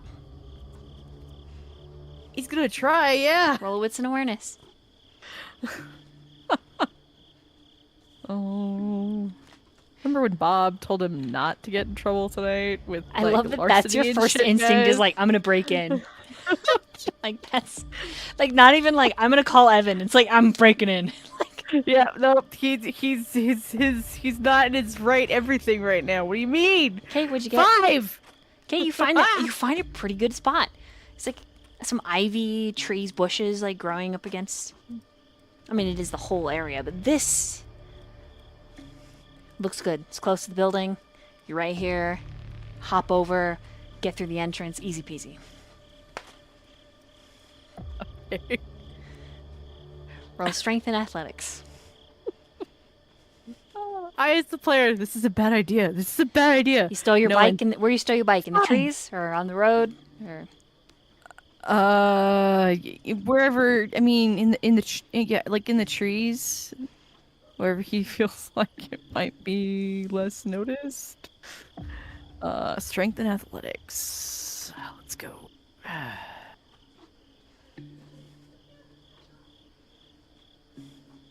Whoo! 1, 2, 3, 4, 5, 6, 7. 7 on strength and athletics. okay, just to be clear, you're just up and over. You're going. I mean, can I like make a roll for him to like see if he's like, wait, hold on, maybe this is a bad idea. It's right now, he's not thinking about that. Intelligence and awareness, self-awareness, Nice. if you will. 'Cause I know him, and he's just like, nah, I just gotta get in there. Oh, 1. No, What? no idea. Okay. No clue. Fuck. No idea. Okay. Yep. Up and over then. Here Okay. we go. As you drop down, there's a floodlight that lands on you, and 2 rifles pointed at your face. Hands up. Palms out where you can see them. Sorry, I didn't see Hands them. up. They're up. Palms they're where up. we can see them. They're out. The minute they're up, the butt of the rifle like hits you in the side of the face. Not too hard, but enough to like drive you down to the ground, and then you're handcuffed. You're aware this is private property, yes? Yeah. Someone was just brought here. I'm supposed to be here with Delta. Yeah, sure. You look like a No, thief. I am. And they like No, rough hand you up. I am. Just go ask her. I didn't see one at the They gate, and I'm start really concerned about who they just brought Marching in. you around the back of the hospital. They just brought in Kappa. No, they would have taken him in the front. You're taking me the wrong way, I promise! I swear to God, please! Do you fight back, Noah? Because it seems like they are taking you off of the hospital grounds. He doesn't want to, but he also wants to. Do you comply? Does he comply? It's a simple question, my Bruja little friend. No, he doesn't comply. Okay! What do you do? I mean, he tries, but I think he, like, stops. He just stops. And he's like, look, I'm fucking serious. I know Delta, I know Kappa, they're here. They go to Kappa's just brought in with an emergency. both of them try to pull you. Roll strength and athletics. Yeah, I'm like, he's gonna, like, stop in place. Okay. Strength and athletics, that's a 8. 4, 7. 7. Pool.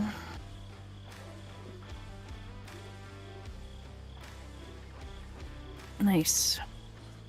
1 crit for 4, plus 5, 6, 7, 8. Okay.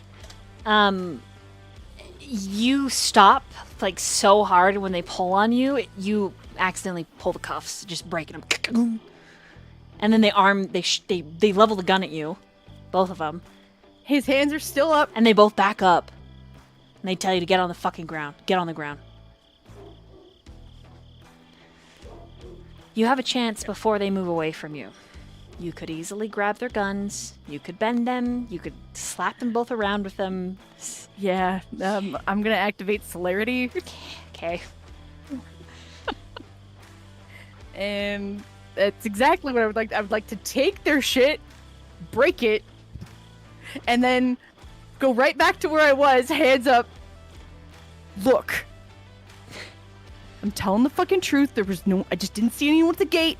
I'm really worried about my friend. I just want to go inside. As their mortal minds catch up, they look at each other, and one of them says, "It's one of them." And he pulls out a different kind of gun and shoots 5 darts into your chest. Wait, can I hold on? With celerity activated, You could dodge easy. Yeah. Can I also take that gun? Yeah, you and he's like, "Quick, radio help!" And the other guy like reaches up to his radio. And I very Can you I'm try just- not to kill them? Is what you're asking? I thought about that, but then I remembered watching another session of yours where someone tried not to. No, that was something else. Anyway, I'm not even gonna try touching them because they're just mortal. I don't want to accidentally kill them. I'm just using my insane supernatural speed. I'ma just leave them behind. And I'm gonna go inside. Okay. And Evan- find a dark corner and activate Cloak of Shadows. Evan sees the guy at the end of the corner there. He gets a radio and he suddenly stands up and starts running. And then he radios. Oh shit. All right, Noah. Roll your Cloak of Shadows. I don't think. Hold on. Yeah, I don't roll it. It's not a dice pool or anything. But you have to roll your it's just- dexterity stealth to find your hidden corner, correct? Okay, yeah, that's fine. I just wanted to. I was like, the actual Cloak of Shadows, I don't have to roll for that. Okay. 3? Okay. So you basically dive into the bushes right by the emergency exit, and then you Cloak of Shadows as about 16 armed guards come flying out. So, and they're shouting orders, and they're shouting your description. You know, Red hair, tattoos. Young, da-da-da. White male, this tall. Yeah. And they kind of like spread out to look for you. Possibly already inside, displays supernatural tendencies. We're probably going to have to call the squad. And you over here, the squad is already busy with the werewolf up in the surgery suite. And one guy just shrugs, like, I don't know, he broke my gun, sir. I don't know. I don't know what you want from me. Broke my gun, sir. As you cloak of shadows to the opening, it slides open and you see a nurse stand. Like, she is standing, right? And she's talking with this other nurse. She's got a clipboard and they're talking. And then as the door opens, she looks. And then they both look. As nothing comes through. And then they look at each other. And you hear her go, it's not haunted, right? And the other one's like, they don't pay me to ask questions. And she's like, right. Not paid to ask questions. And there's several other armed guards. Couple come running in from outside. Fuck. Is there like a... I'm looking for a... Like a... I don't know, is there like a restroom I could maybe Roll wits and awareness. step in? You do hear your description as well, like that you're covered in blood. So, potential murderer 3? on the loose is kind of what's going 3? around. Sure, you find the bathroom. It's one of those nice family ones, you know. It's got the little push lock.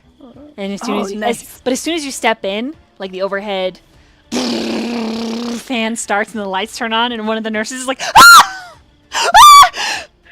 And she runs around the nurse station and hugs her friend, and then her friend is like, how about we get a coffee? And they book it. They both leave? Yes. Shit. I'm gonna call Evan from the bathroom. Okay. Evan, your phone rings. He's gonna let it ring twice before he answers. Yeah. Hey, Evan.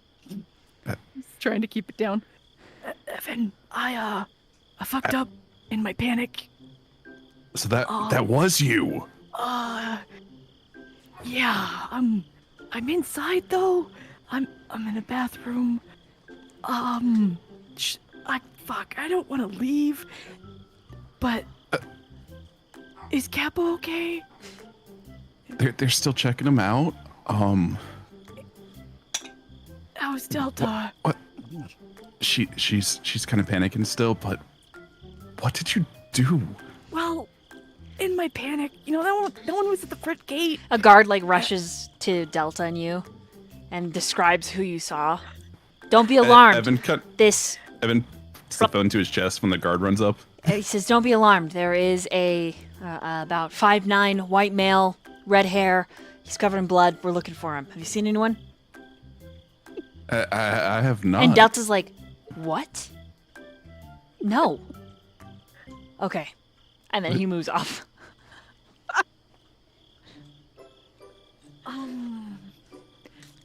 Right. Anyway, so front gate, there was no one there, and in my concern and panic and anxiety, I just kind of hopped the fence instead of calling. You should have called me. Yeah, We just I got here like know. not too long ago, so I didn't text you the room number. I'm sorry. I'm really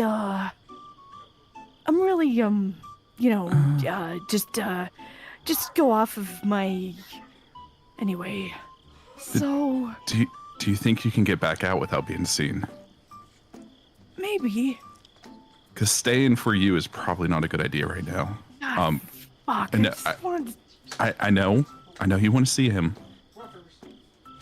but he might make things worse. He might make things. Wait, what? They're looking for you, and they're armed. Oh, right. That part. Fuck. Yeah. Okay. I'll try to leave. I'll let you know. I'll just, like, go down a few blocks and you guys let me know. Yeah, I'll let you What's know what's going on. Okay. You sound so, like, dejected and upset. Like during this conversation, Evan's running his other hand through his hair like, this sucks. I'm having to tell Noah this. Oh, but I don't know what to do. Man, fuck. Okay, I'll try to get out. Also, why'd you get ketchup all over yourself? I wish it was ketchup. No, it definitely is ketchup, right? No. I know what it is. I'm saying it's ketchup for reasons. Right. It's just, you know, when Zeta freaked out and I freaked out and Sigma got in front of me and she attacked him and I'm now covered in Sigma's ketchup. He always did like ketchup all over the hot dogs. Yep. All over the hot dogs. Anyway. Alright, I'll let you go. Tell Delta I'm really sorry I fucked up. It's okay. Just make it outside safely. Let me know when you're out. And we'll figure out from there. Okay. Shit. Alright, I'll let you go and I'll let you guys know when I'm... If you need a distraction, just let me know. Okay. And he'll hang up. He's so dejected and sad. You make your way back to your bike. Yeah. And And as he'll you're climbing leave. onto it, you have a thought. You know where you could go, where you could be of assistance.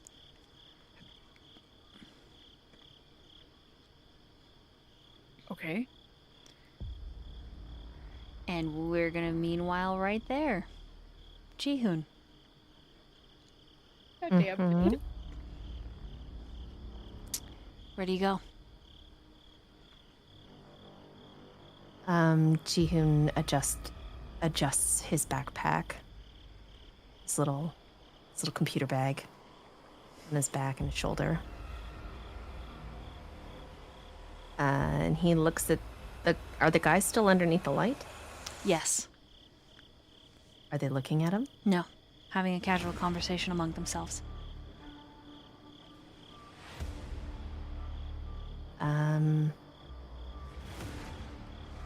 Okay, Jihoon is going to pretend that it's like any other normal night of him just going to work. Although the guy from the window, whatever the fuck that was like, okay, shit's weird. It's always weird. This place is weird. My job is weird. My life is weird. Kind of having an internal dialogue with himself. And he's gonna walk in to the employee's entrance. Okay. It's very late. Everyone that works the night shift has already, for the most part, gone home. There is an overnight security that looks happy to see you when you step in the employee entrance, kind of giving you the smile, a little wave. I mean, for security, he's round, older. He's more a glorified door greeter, but he's the first thing that makes you feel grounded. Jihoon does a shy, and yes, it is a shy, kind of little hesitant hand raise and slight nod. Hey. Have a good one. I'm assuming you left something in the office. No problem. If you need me to open it up for you, let me know. Is anyone still up there? Nah, Most of the crew's gone. Just the Boss big is wigs. gone? You know. Oh, okay. Yeah, thanks. Sure thing. Sure thing. See you tomorrow? See you tomorrow. Jihoon kind of tucks his head down, shuffles his backpack again, and moves forward Okay. to the elevator. As you get to the elevator, you can no longer hear the outside. The sounds of electrical hum through the walls and the HVAC working are your stereo now. And the office smell, paper, ink, the office supplies that are old and new assault your senses. Remind me, Jihoon, is your office upstairs or downstairs? It is upstairs. I believe we said it was like on the 3rd floor. I can't remember. It was down the hall from. I'd have to go back to the very beginning, guys. Where is my office? I actually think it's I think downstairs. it's in the basement. Is it? Mhm. Yeah, I looking. think it's downstairs because you had to go back. I did take all the way elevator to upstairs. Magnus. Mm-hmm. Yeah, I had to take the elevator to Magnus, so it's Yeah, you still, but it's still took on it- one of the floors. 'Cause Right, I can but it's hear him from. Yeah, so it's down from the main floor, but there's also the company main room and then my office. Right? Yeah, like the bunch of cubicles. So Yes, and then I have my own office, right? yeah. So as you descend, the only lights that are the courtesy lights. Usually left for the cleaners. No, not even the cleaners are here right now. There's a prickle in the back of your spine. Your kindred senses are you telling you that there is not long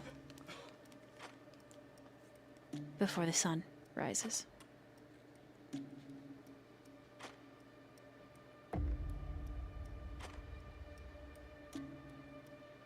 What do you do? You seem to be the only one on the floor. No one is in their cubicle. No one that you can immediately see. Roll a wits and awareness.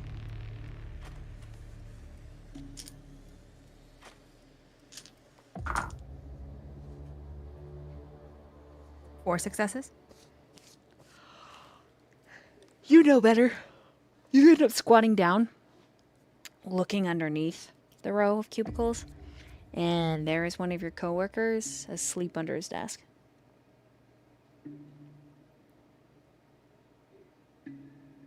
Is it the one we talked to at the beginning? Different one. Different one. Young. Younger than you. To recall his name, I need you to roll an intelligence and academics. Easy. Okay, no problem. No problem.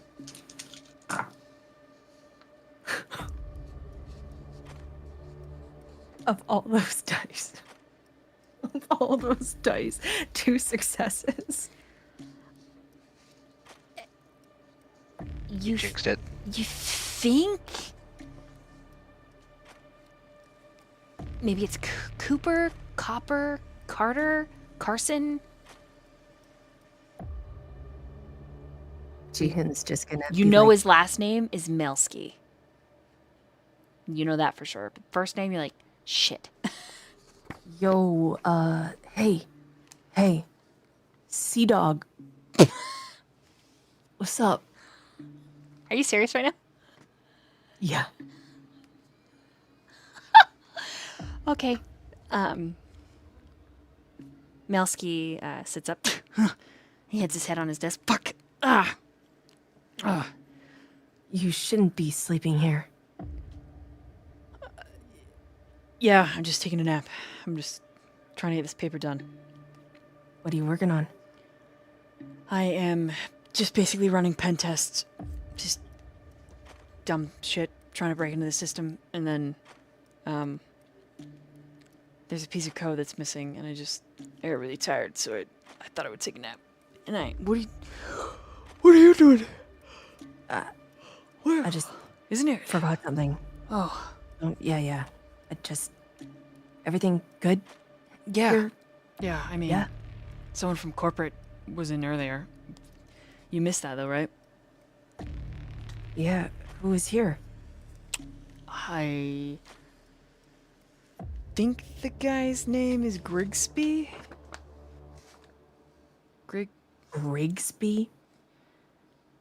Maybe it was Thompson. Grigsby? Thompson?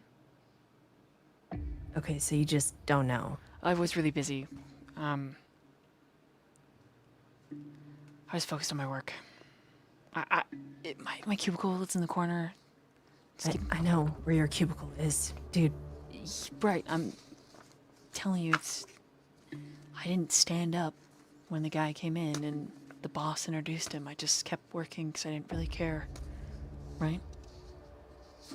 Do you know why he was here?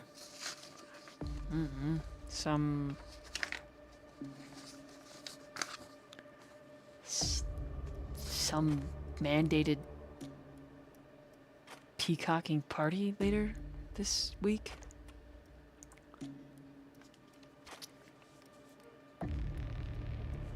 Apparently he's an investor. And then he pauses. Virgil. That's right. That's his name. I remember. Virgil. Yep. Fuck. Whatever. Well, anything else cool happen, dude? Guy? Finger guns? My name is Cooper. I knew that. That's why I called you Sea Dog, dude. You know what? Nickname. Perhaps we kinda should not. thing. Maybe we shouldn't socialize. Can't fucking try in here, man. I just wanted to know what the fuck happened today. I kind of, called in sick He like earlier. stands up. I just didn't know that. I'm sorry you were sick. Yeah, it's fine. Totally okay now. Not contagious or anything fucked up like that. Just Right. what's the tea, Sea Dog? Okay, I'll cut it out. What's That happening? makes him smile, and he stands up and he like straightens on his computer and like hits a couple of buttons. His computer turns on, and he sits down, and you can see on one of the screens, he's got 3 of them. One of the screens, it's the code that he's fixing. On another one, it's a bunch of the data and the pen testing, and like it's a virtual machine within the machine, so it's like he's working on 3 different computers, but they're all just through his one tower. And then the other screen, it's a backdrop of a border collie. And the border collie is standing by this kayak and looks like a very happy girl. So. Is that your dog? Yeah. She's with her grandma tonight and tomorrow, but yeah. Is it the lady in the picture? Your grandma? Mm-hmm. Yeah. I take care of her. What's your dog's name? Well, Penelope, but That's cute. I call her Lopi. I have a dog too. Jihoon's kind of thinking to himself, is this how you make friends? Really? You don't look like the animal kind of person. I really like animals. I kind of really like cats, but I have a dog, I guess, kind of ish. He's a really big dog. Oh. He's kind of new. Yeah. What kind of dog is he? I don't know. Black dog. Short hair? Long hair? Kind of looks like a wolf, but he's not. It's complicated. He's a mutt. Oh. He sometimes smells funny. I don't know. I just adopted him a couple days ago. Yeah. Mm-hmm. He smells bad? No, he smelled good, but Oh. yeah, I don't know. I don't fucking know. Dude, just doesn't matter. Dogs are nice. Your dog looks cute. Nice picture. The code you're working on. Need some help? I don't have a lot of time, but I could probably fix it really quickly. Sure. I mean, usually we're not directed to bother you from your very important manager things, even though I've never seen you manage the floor once. But, just go ahead. I do all the back-end computer stuff. Yeah, that's what Mitchell says. Fuck that guy. I'm gonna. God.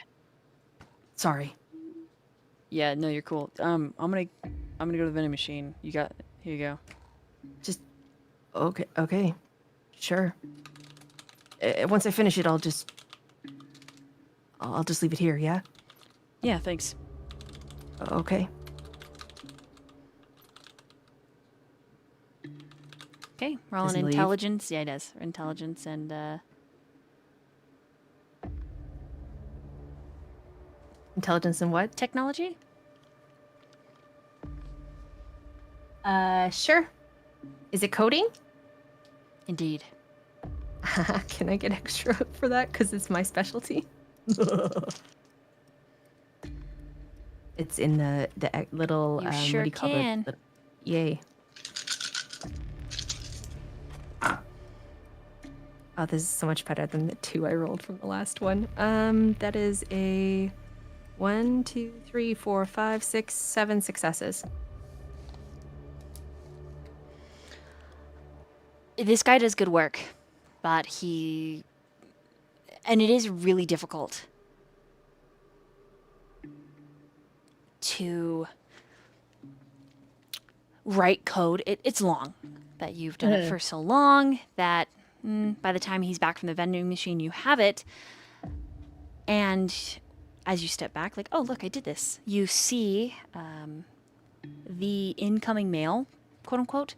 So he's got a little basket, and in it, it's like notices for Coop to read.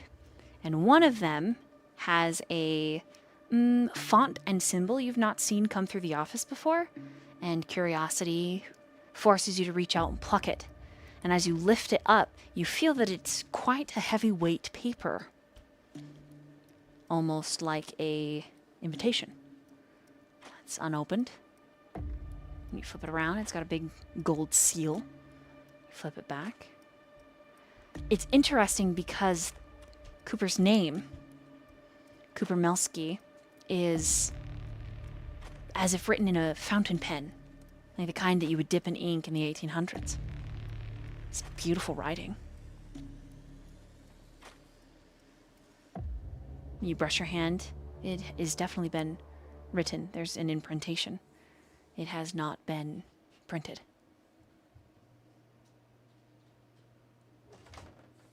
A little old world. Is Cooper back?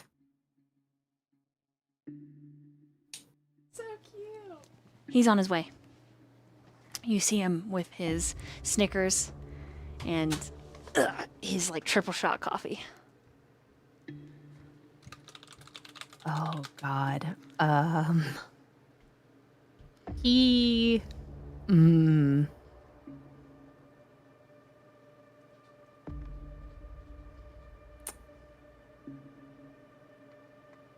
There is a. He really wants to take it. He is so. The curiosity is insatiable. And it's kind of tickling that little flaw. He's coming across something that's just. He wants to know. That shit doesn't happen in the office, and it's tickling that that thing on the back of my sheet that I'm just hinting at. Wink, wink, nudge, nudge. Do you take it? He really wants to, and he's gonna slide it into his backpack. Okay. Mitchell, oh, not Mitchell. Oh my gosh. Coop does not notice. As he comes around, the first thing he notices is the fact that the test has successfully failed. And he's like, what the? You did it! You did it! Oh my god! What did you change? He just points out a few things. You were right in this line right here. Oh, shit, you're right. He's probably too tired. Oh my god. I mean, you do some good shit, dude. Yeah, no, thanks. This is great. Hey, I'm gonna go home. Yeah, save your work. Yeah, I got it. And he, saves and starts clicking things, shuts things down, gathers up, like, his little, I want to say he has a suitcase that he keeps here with, like, clothes and stuff, because he sleeps at the office pretty often. And he pulls out a couple things from it, chiefly a jacket, because it's pretty chill outside, but you no longer feel the chill, Ji-hoon. You're dead. But he he rolls up the sleeping bag and the mini pillow and puts him in the suitcase and then kind of shoves that underneath his desk and he's like, "I'm done. I'm out. My weekend just got a little longer. Thank you." By the way, I didn't ask. New dog like treats? Yeah. Loves to eat everything, even if it's human food. Great. My Lopi Yeah. loves these. And out of his desk, he pulls out these homemade-looking treats. I carry what's him in with them? me just in case I run to a dog on the walk to the office. So, here you go. Oh, What'd you say your dog's name was? Ji-hoon kind of blushes a little bit. I didn't say his name. Oh, no, you don't even have... He's new enough you don't have a name for him yet. I mean, fuck. I got one. Yeah. He's what- black, right? what- yeah. And he's charming, big dog, right? Yeah, he kind of smiles. It's super cute. Casanova. Fuck. Anyways, see you later, G. Bye. See. Yeah, see ya, J dog. He shakes his head, pulling on his jacket, zipping it up, as he's headed off with his briefcase. And he's got his Ji-hoon lunch picks up bag. his bag, and he's like, fuck, I need to get out of here. He's going to his office as soon as possible. He's like rushing. And he's talking to himself. That's fucking weird. I don't know fucking people. How do I fucking make friends? This is so stupid. This is dumb. Okay, as you unlock your office and you step in, you feel instantly that something has changed. Someone has recently come in here and shifted things, looked around, moved items. But upon a quick makes- inspection, there... It makes him very uncomfortable to know that somebody touched his shit. Like, very, very uncomfortable. You don't think anything's missing, just moved. But do you- somebody touched it. Right. What do you do?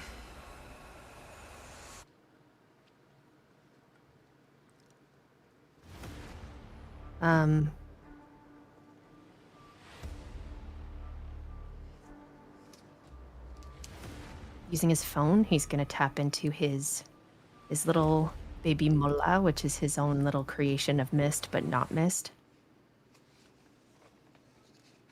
And he's gonna say, camera access Ji-hoon's office. Rolling Playback. in intelligence and technology. Does this count as a cybersecurity? Yes, technically.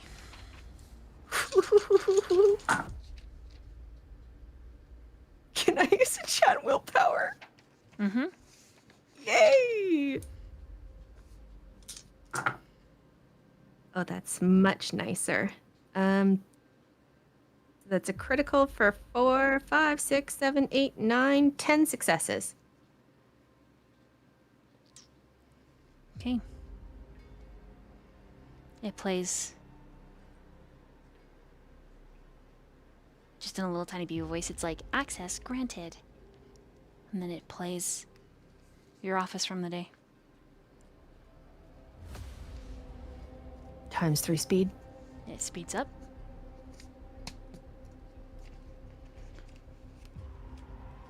There is only one moment where there's some static. Pause, playback.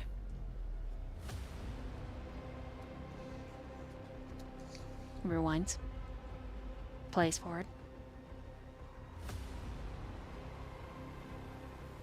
Slow down, zoom. These cameras are top of the line. There should be no distortion, and yet...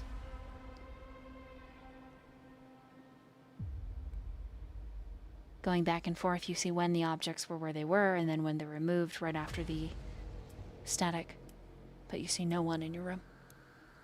Do I see what was touched? A small box of tissues. 1/4 of an inch.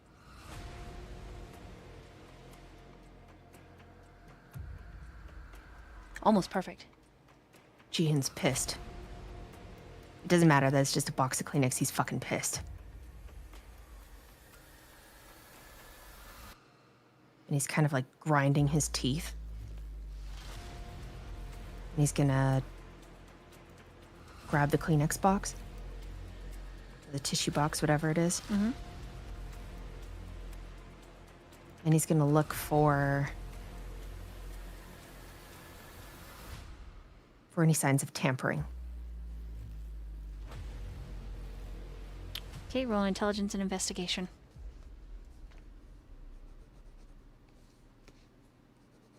I'm gonna send you a quick message. I just have a question.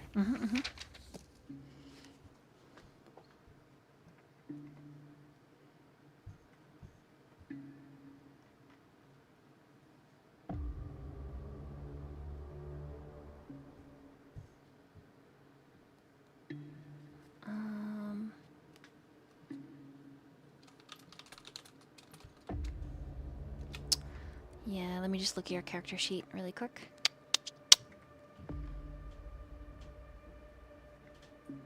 I'm sending you what it says on the thing.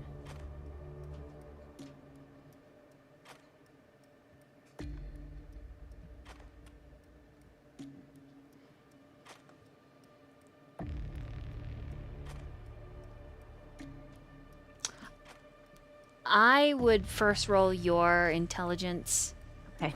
and Just your checking. investigation, and then we'll see what that draws for you. And investigation, you said? Mm-hmm. Okay. I'm rolling up my sleeves.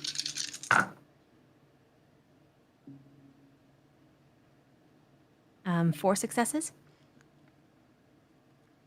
Okay, with 4, someone was in here, but you don't know who, rather you, or what. They concealed their tracks better than what you rolled. Beyond the Kleenex. That was just 1/4 of an inch off.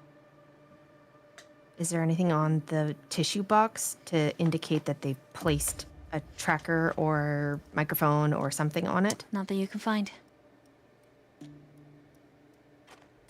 It looks like they came in and searched. You don't find any electronics. Looks clear.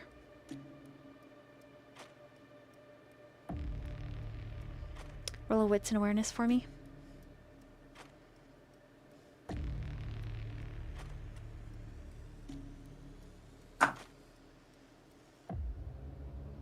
That's a great roll. Crit and 2 successes, 4, 5, 6 successes total. You hear the elevator ding.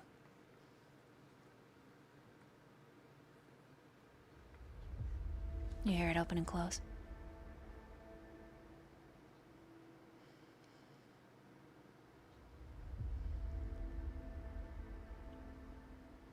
But Cooper's already gone.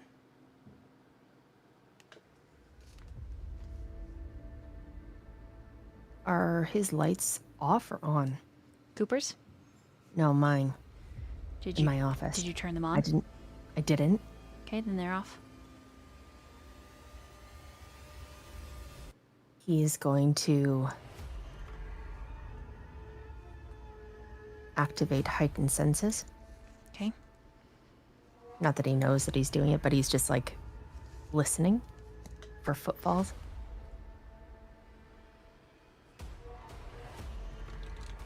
Roll wits and awareness. Are you going to try and stealth? Yeah.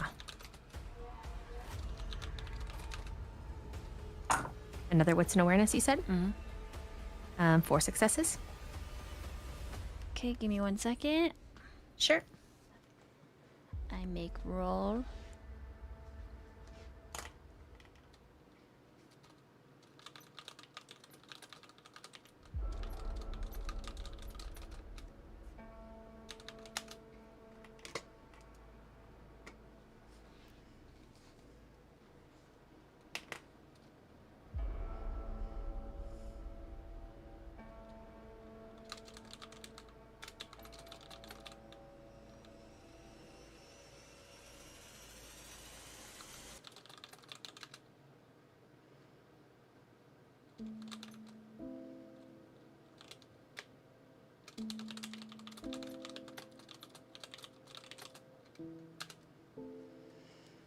Sorry, give me just 1 second. That's okay.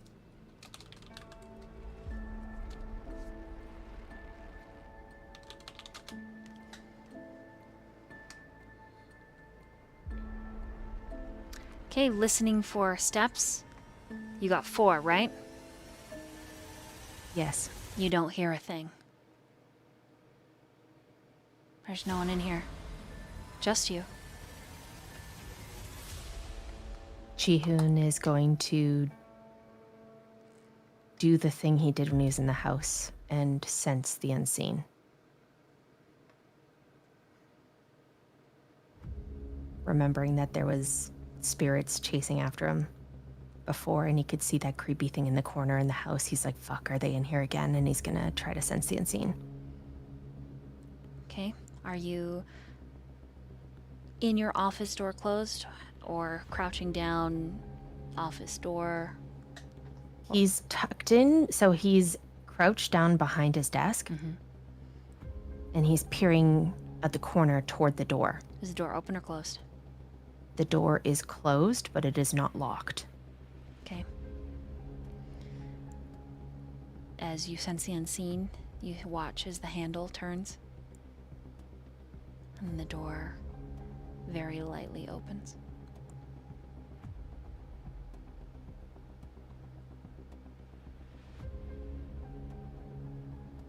You see no one standing there.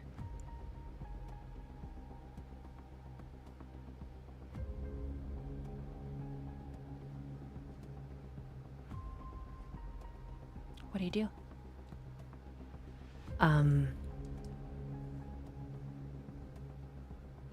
Give me a quick second. I need to look it up. 1 sec. I have an idea. I just don't know how it works. No worries. With while you're looking that up, Derek and crew, welcome in. I am Void Doll, a storyteller and dungeon mistress professionally, and this is Bound by Night. We'll do a quick introduction of the coterie because we happen to be waiting for one of our players to read a rule. I also didn't get a chance to thank the earlier raid, your follows, and etc. If you don't know, we're big fans of Derek over here. They also run their own stories. They're an artist. They're great. Highly recommend. Go ahead and give them a follow. Let's meet the coterie really quick, starting with Quinn.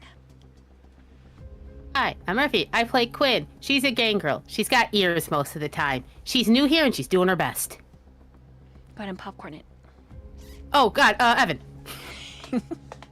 It'll surprise me every time.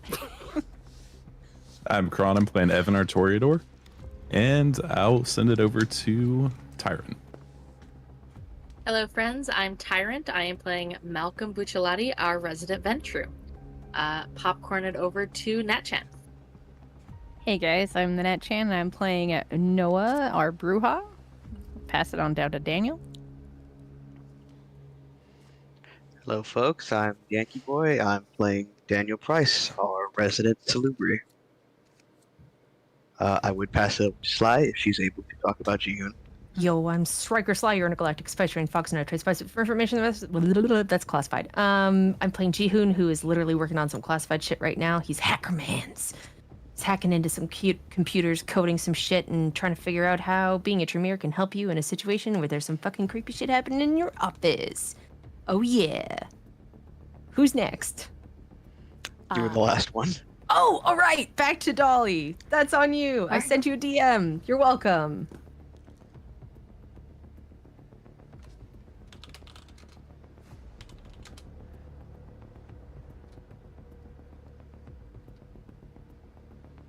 Ah. So that's what you want to prep? Yes. Literally gonna bite into his own wrists like a psycho. Okay. So diving back in, the corrosive scent of your vitae fills your senses. You can taste it, causing the beast in the back of your mind. This is one of the first times you've felt it, but it stirs. And there is this deep sense of power and control. I need you to roll. Oh no, I have to look this up. Oh, I have it. I have a picture.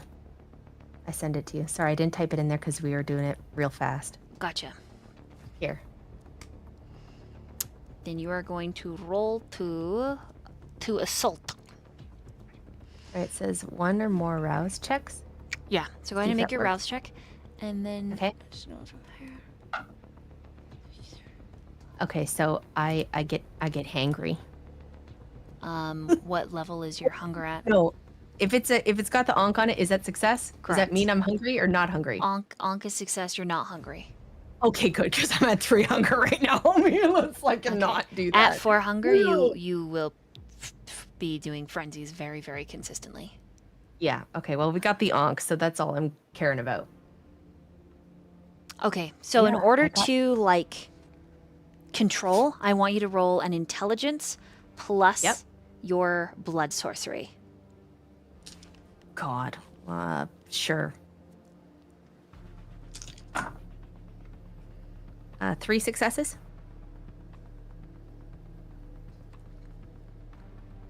Okay.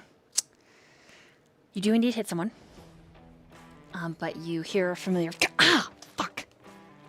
And then the light turns on and your blood has splashed across Gamma's shirt. What the fuck are you doing in my office? Not How the fuck did you get in here? the door, he points. Elevator.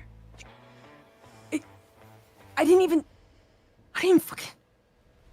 How the fuck did you get in here? No, Noah's outside. What? No, Noah, he's outside. Man, that stings. Yeah, you better fucking take off your shirt, dude. That shit's corrosive as fuck. I'm sorry. He crosses his arms down at the hem and then he lifts it up and over. And you can see in the light there's tons of thin scars all along the abs. And your eyes are latched onto those coin slots that disappear under the jeans. And you catch a flash on his inner wrist of a small tat that you haven't seen, but maybe it's because you're looking at everything now. How come I always end up half naked around you? I'm not complaining, I just... And he steps forward. I was looking straight at the door and you weren't there. Well, I was crouched on the other side. Crouched, fucking invisible, maybe. No. I turned it and I'll show you. And he crouches down and then you see he turns it, lifts his arm up and turns and then pushes the door. So he's not in front of it at all.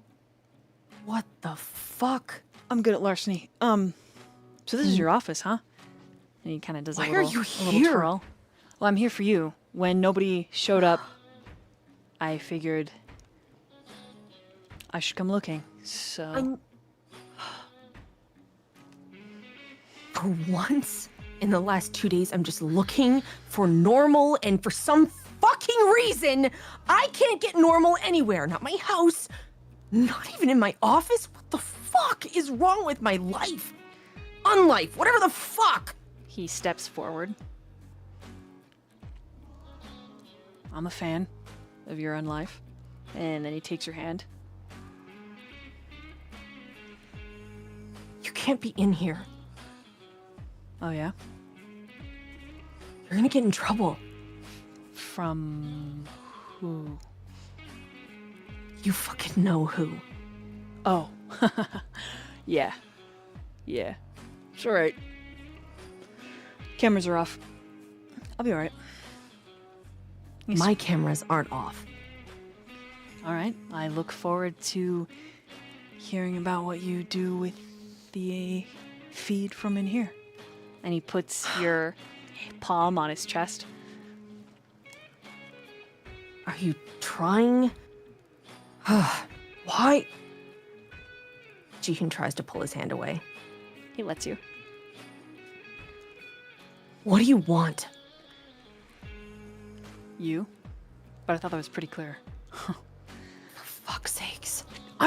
He grins and he winks. Okay. Alright. Are Let me. you okay? Yeah, I'm good. Is Omega okay? Yeah, he's outside with Noah. I mean, he's kind of okay. We should go. And I'm gonna carry you if you tell me no. So I have things to do here, okay? I just cool. Just need Let's 5 minutes, please. hurry that up. Oh, fuck. I'll wait Someone here. was in here earlier. Were you in here earlier? Were you fucking around with my shit? No. No, I was not. Okay, well, somebody was in here earlier, and I was trying to. He sniffs the That's not air. what I came for. Gross. What is it? By the scent. Kindred other than you.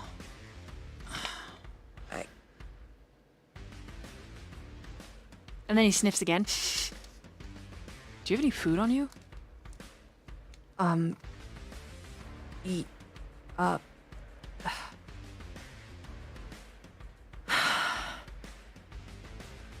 Okay, before I give you this, I'm sorry. I told. Fuck, never mind. Just. No, I don't have any food. It's not for. You shouldn't. I don't know if you should eat it. I just think you underestimate what I'm capable of ingesting. Okay, but it's for. Oh, fuck, this is so fucking stupid. Okay, listen, there's a guy who works here. Oh, Sea Dog, fucking.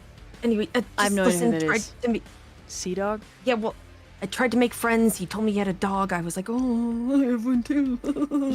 Gamma sits on your desk, Don't fucking sit on my desk. which puts his chest at eye level to you, and you see metal glinting in both of his nipples. Sorry. And gets off. My bad.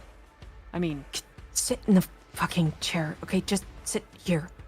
Jihin pushes the chair slightly back. Who sits in the chair? Sit there. don't you need this to work though? I mean, you're welcome to sit on my lap. I make a pretty good chair. Could you make my life any harder? I could. Oh, fuck.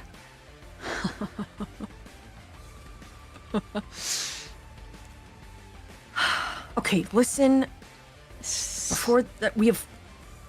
He takes the baggie and stands up and pulls you close to him.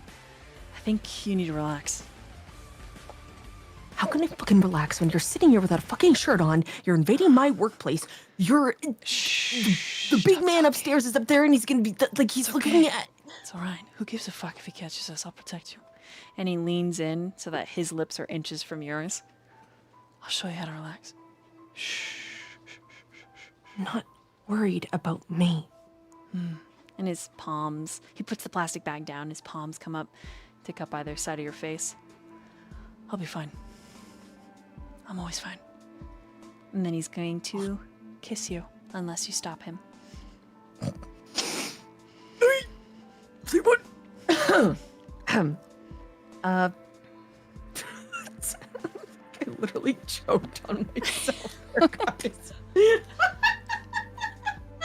Holy fuck. Give me 2 seconds. I need to drink some. I was in the middle of taking a sip of water and I was like,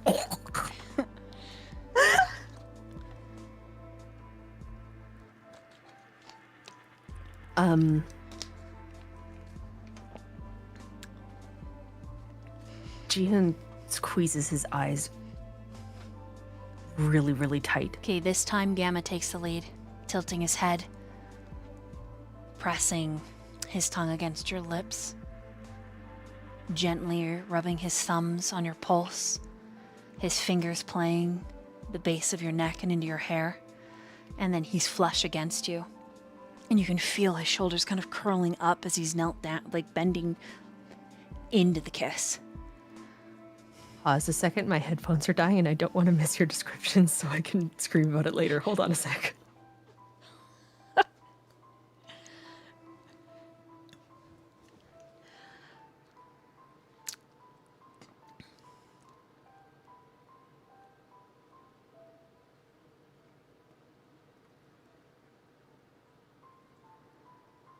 Okay, I'm back. Can you once again describe what is happening? Thanks. His palms are cupping your cheek, like your lower jaw, cheeks, like arms, thumbs rubbing against your pulse, fingers playing the base of your neck into your hair. And as he curls into the kiss, you are flush against him. Like he guides you so that you are hip to hip. And you can feel his heat and his heartbeat. And then his tongue presses against your mouth and he guides you into a very deep, heated kiss. And when he very slowly pulls away, you can feel the tight, small tug of his teeth on your bottom lip, and he hisses. And you're looking at him with ears and tail, eyes kind of alight. See the flash of a tongue piercing and a smile, lazy, almost sleepy. Is that better? He licks his lips and then bites them a little calmer. Jihan reaches out and touches his ear. The fuzzy one? Yeah. Oh my gosh, it flicks and he twitches a little like, huh, those are sensitive. And he reaches up to capture your hand. They're very sensitive. It's really soft. I groom. And he touches it again. Hey, I groom myself, okay?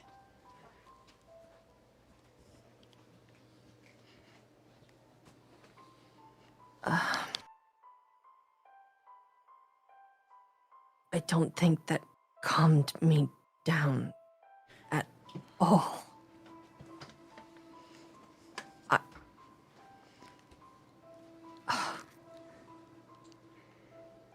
Really? No. Oh, he kind I of. feel like I'm gonna die. Oh. What? Not in. I mean, I'm already dead, but I mean, fuck. Like, I feel like if I had a heartbeat, it'd be like jumping out of my goddamn chest. Makes him smile. Just because you like me. It's normal. I'm not a.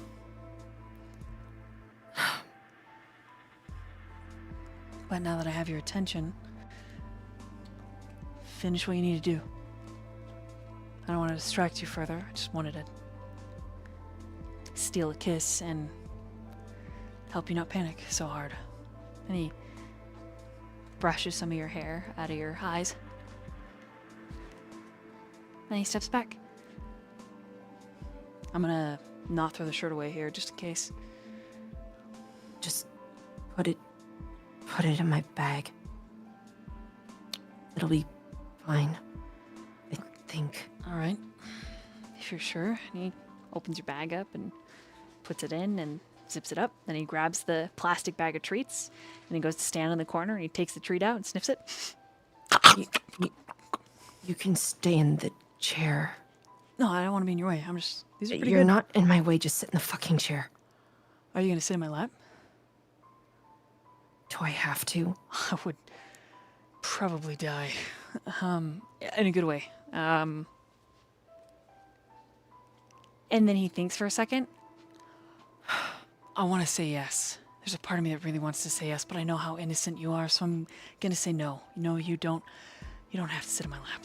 And then he turns Fucking away. sit in the chair, you stupid dog. I don't think I should sit right now. I don't. Why?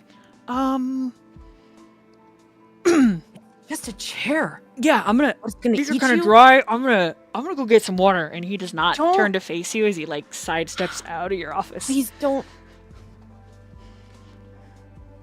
And then he pokes his head back in. Yeah, don't worry about it. Everything's fine. I'll be right back. Don't 2 leave. seconds. No, I'm not. I'm not gonna leave you. I'm right here. I'm just getting some water. That's all. Just some water. Do what you gotta do. 5 minutes. 5 minutes.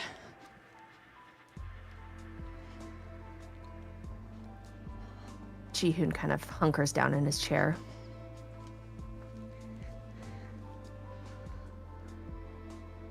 Kind of takes his glasses off, puts them beside the table, and rubs his face. And rests his fingers over his bottom lip where he kind of, or Gemma bit him. Or like, and he's kind of brushing it with his thumb. What do you work on for your 5 minutes? He wants to get into his computer and get all the information he can on the people he was researching prior. So that would be, where is it? Mr. Sigmund. And the lady, which I'm trying to find her name. Magdalene? Yes. Okay. Or Madeline. I always. Yeah, I can't remember what one. There was both. Okay. Yeah. So if you are going to basically pick up that research from Large Mist, put it into your mini version of that, I just need you to roll another technology and intelligence roll. Okay. And I'm going to try to hook in a feed from my office to my own Lady device. Madeline, that's right. Lady Madeline. Yes, Madeline, right. Okay, what am I rolling? You're gonna roll your intelligence Yes. and technology. Technology. Yes. Hacking, cybersecurity, any of those things or no? Yeah, you can add an extra dice bonus. Okay. So what do I do if I have like 4 criticals? Like the ones with the stars on That's them? 8. That's a lot of shit, man. Mhm, That's a that's lot. 8. That's crazy. Okay, 8, 9, 10, 11 Holy shit. successes. Okay. I have a problem with Essentially, technology. you get all of that information and download it onto your mini Mola. computer. Yeah. Right? So you can work for him with that information that you've already found from anywhere. And okay, and he wants to do one last thing, Okay. if he can. So besides like getting the feed from his office, the camera feed, Mm-hmm. he's going to see if he can put a tracker on his computer and Absolutely. see if he can get You can into, literally set it up to see if anyone breaks in, that it'll record everything they do. and he wants to see if he can send in so I know he knows it's going to take some time, but he wants to start getting some information from the big man's computer. Magnus's computer? Family. Yes. You want to hack Magnus's computer? Yes. But yes. Gee, Mhm. He doesn't want to hack it. He just wants to put a tracker so that, you know, every couple hundred messages, it sends him information and data. Gee, He wants to find out about the family. I'm sorry. you feel horrible, but you do it anyways. You're damn right he does. With your I 11, don't know. it's like do the work of a fucking moment. It would be easier were you at Magnus's actual computer. But with an 11, this'll do. There is potential for some mistakes. The Sigmund, the Madeline stuff, you've got that perfect. Magnus's computer over a Wi-Fi connection, and the As long as it can't track back to him, that's what he's like, send it to the void. it would be easiest if you were at Magnus's computer or Magnus actually downloaded something onto his computer that would make it easier for you to get into, but you've got what you need Okay. for the most part. But this would be a lot smoother, I'll reiterate one last time, if you went to his office and his actual computer. Okay. Knowing that, he'll close up his computer. He's going to take the Kleenex box that was touched, or the tissue box, whatever. And he's going to lock up his office. Okay? Poke his head out. You see that the bathroom light is on. He's going to walk over. Roll a wits and awareness. Sure.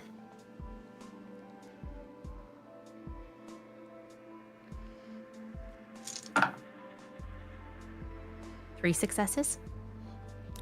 Sounds like the sink's on. Is the door unlocked? Yes. He's gonna quietly knock and just be like, hey. The door opens, sink turns off, door opens, and his hair is wet, and his face is wet, and it's dripping down onto his chest. He's got some paper towels, and he's rubbing all over. But his hair is just so artfully and punkishly arranged. Hey. It looks like he's scrubbed his face a little bit red. Are you okay? Yeah. The streets are pretty good, thanks. Yeah, they're meant for a He leans dog. forward. Dogs. Yeah. And then he kind of spins around you. If I recall, you call me dirty dog all the time. I kind of told Cooper you were my dog. I'd be happy to. Sorry. I'm honored. I'm a wolf, but dog works. I know I said, kind of told him you Jihoon, were I'm big not offended. wolf. Oh, fuck. Okay, I'm not offended. I need to do something. I need you to just... You're not done?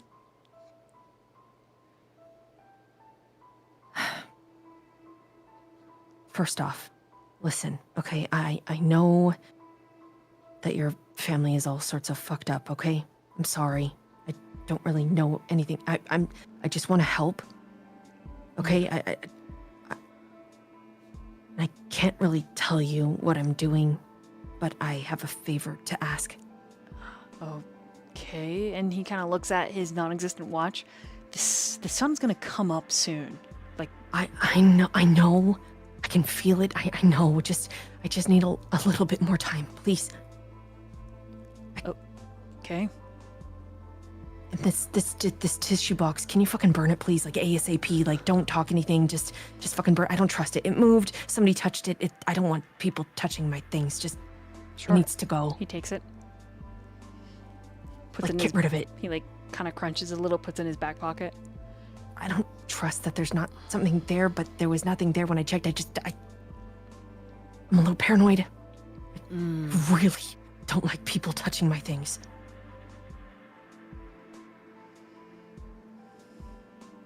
He hugs you. And I'm really hungry right now, so I just can you just give me a few more minutes, please. I need to go upstairs. He pulls back. What's upstairs? I can't tell you. I don't want you. Ah, you don't want me to stop you. I did something, and I just need to make sure it's perfect, okay?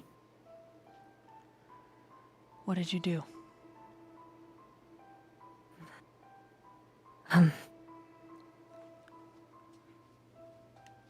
Do you trust me? So far. Yeah. I kind of may, or,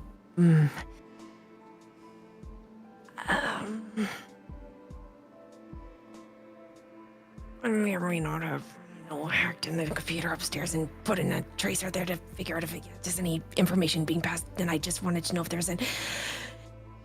Is there like a supercomputer upstairs? It's in his office. It's his computer. He kind of gets really close to him. It's his computer. I just. Ah, the sperm donor's computer. Yeah. Why do you think I would stop you? Fuck that guy. I realize, but You said he's. Okay, well, you know what? I don't have time to ask questions about you and your relationship with Alpha and all of that stuff, and I just. You say the name and know. he growls. I realize you guys don't like each other. Okay, just shut the fuck up, okay? Just. Sorry. I'm sorry. It's just a reaction. Sorry. I realize he had the same reaction when I said It's your not. name. He exhales. It's not me. It's not me. I mean, it is me, but it's Some possessive bullshit that you guys have going on. no. Wait. What? I don't know. Somebody said that earlier. I just. Possessive bullshit. Why would Yeah. you use that specific word? I don't know. Somebody said it earlier. I'm just quoting what they said. You're They right. said, possessive match? I don't fucking know. Okay. Why are you? It doesn't matter. We can talk afterwards, right? Right. You'll be here. We're on the same page. You'll wait for me. I'm gonna follow you. No, you can't go up there. Why? What's gonna What if happen? What if he's up there? So? I thought. Aren't. What is he gonna do? Try and kill me in a very public place? And if he does, his office isn't fucking public. What is he gonna do? Risk me changing and destroying his whole surplus mountain here? I'm not worried about it. I am.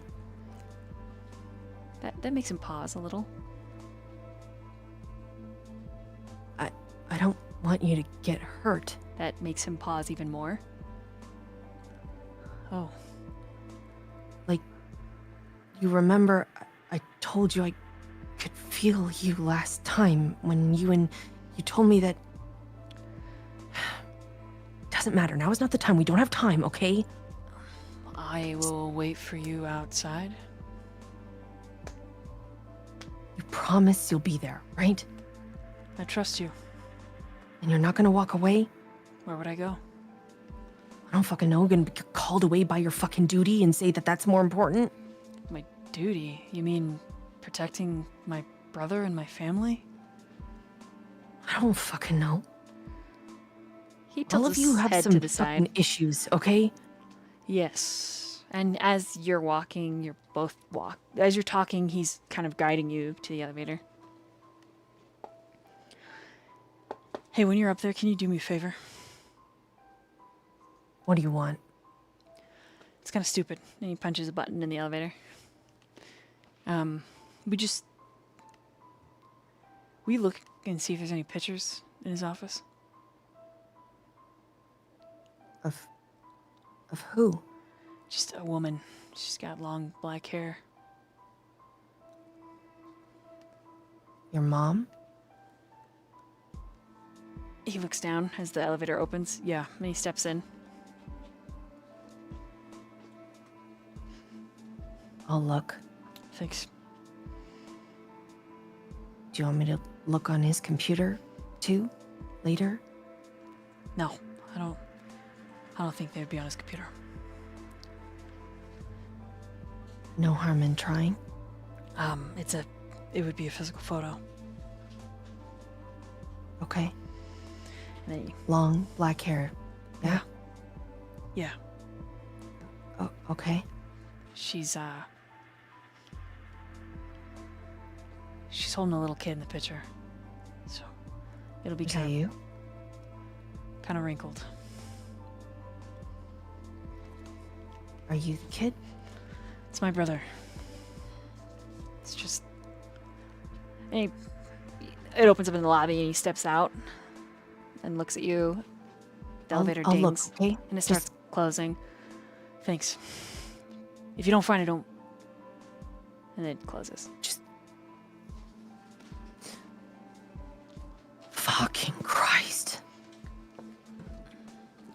Jihin's just sitting there talking to himself. This whole entire fucking night has been a fucking disaster. Everything.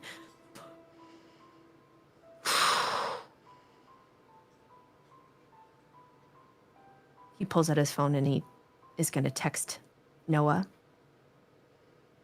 And he more time fucked up a little bit. Maybe did something dangerous, kind of ish. Sorry. ... Also, might be, maybe. God. Lips. Fuck. Send. Okay, I need you to roll one last technology and your intelligence. And meanwhile, Noah, outside, you are parked near a really old pickup truck. And the big guy is sitting on the tailgate. His hair is in a very low ponytail. He looks all sorts of fucked up. He does not look good. The clothes that he's wearing are also, like, straining. They definitely don't look his size at all. And then, as O looks up, you see a shirtless Gamma holding a tissue box come out into the, like, street over side parking lot. He's headed towards where you guys are kind of hidden and parked.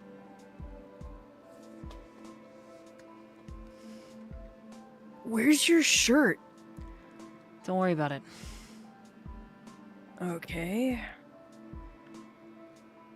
When Omega goes to get up in that lyrical language, you think Gamma says no, don't worry. And Omega sits back down and continues to look at the pavement in front of him. Big guy hasn't said a word to you other than, I'm sorry.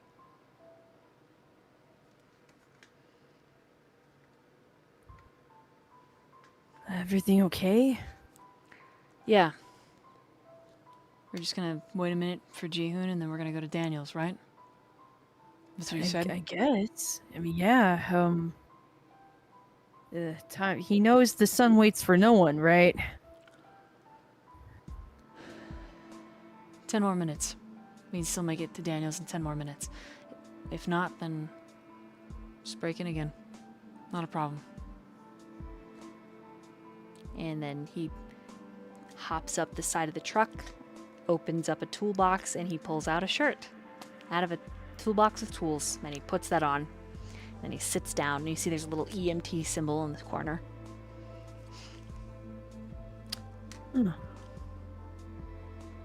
I should start carrying extra shirts, apparently. Do you need one? I mean, he looks at you. Yeah, here. He You like have more than one? Yeah. It's my whole closet right here. and then he like kneels, and there's like a bunch of duffel bags. He pops open. Black, because that's all I got. And he pulls one out. And he tosses that's all it to you you. got, then that's what I'm wearing. Cool, thanks. You need socks? No, I think I'm okay on socks. You want pants? I don't know. How much of me is covered in blood? The shorts that Evan lent you are a little bloody. Looks down. I guess. Alright, I got some sweats. I only got one pair of jeans. Oh, yeah, no. He tosses those at you. Thanks. Like Omega is wearing sweats, but his thighs are just like rippling Right, they're huge. muscles, and it's like everything is taut. It's like those sweats do little to hide a damn thing. But he looks as if his world has broken in a million pieces.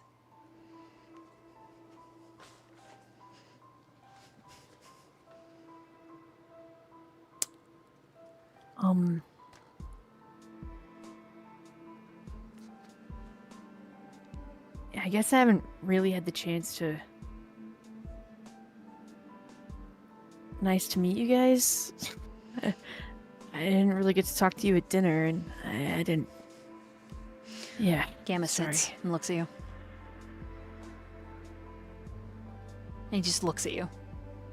And he thinks for a second, and he looks at Omega, and you can tell that he's like running through his head how to be nice. Right? Right. And finally, he decides to just be himself. So, I know I don't really know you, Yeah, that's fair. But you know you smell like 2 different wolves, right?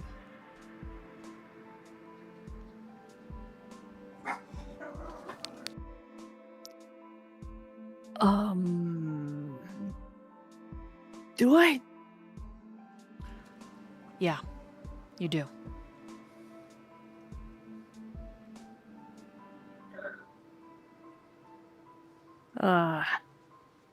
It's fuck. It's complicated. I'm trying to figure it out. Huh. Yeah. Well, I hope you do. Yeah.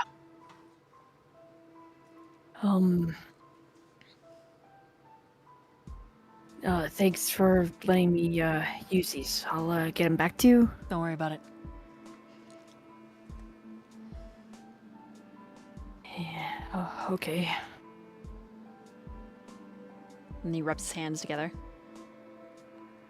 Like Glances at go you. around the side of the truck and like change. I'm just gonna go over here and change. But if you, I don't know if you have any questions.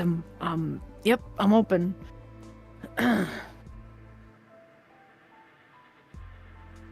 you say that to Gamma? In general, yeah, just in general. He shrugs. I'm not one to judge. I just know Cap is young. And I don't mean just in age, right? I'm not that much older than him, but he hasn't experienced a lot. Whereas Sig, on the other hand, I don't think there's a thing that guy hasn't done. And I know I've seen you before. When he says that, do I know where I've seen him before? Oh yeah. When you're looking at him, Yeah. you're like, oh my god, put a little makeup on him and a bunch of straps. Oh my god, you know this guy. He like nods. Yeah, you've seen me. Like pulls the new shirt over his head. The club Sigma works at. Ah, and then Omega kind of turns and looks over, and looking at his profile and like his big shoulders, you recognize that you have also seen him there. Yeah.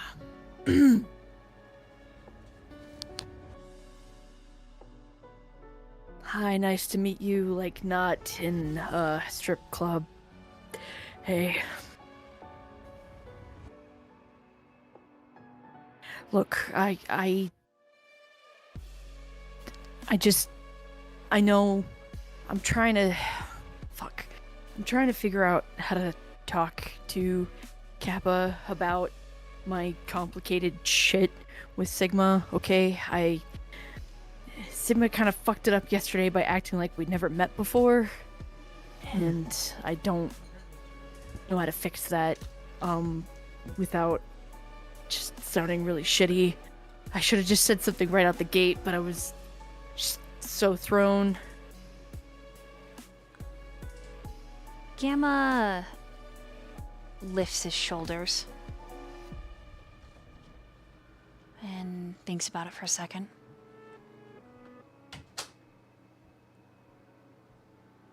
I don't know.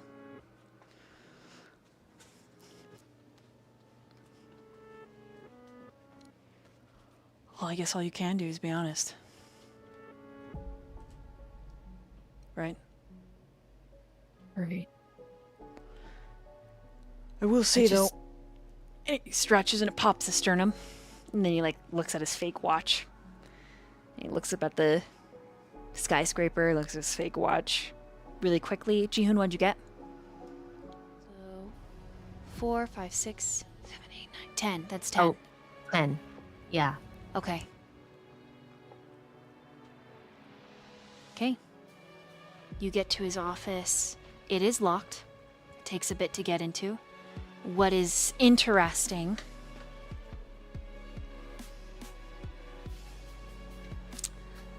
is that there's not really any password on his computer. Not really. I mean, it boots right up for you. It's it is with incredible ease that you get in, get out.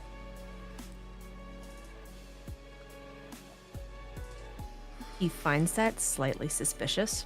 100%. It would mean that this was not the actual computer he does any of his work from. Correct. But you successfully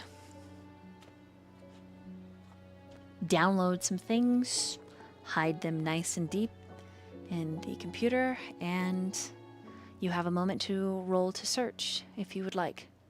Absolutely. Okay, roll a wits and investigation, please.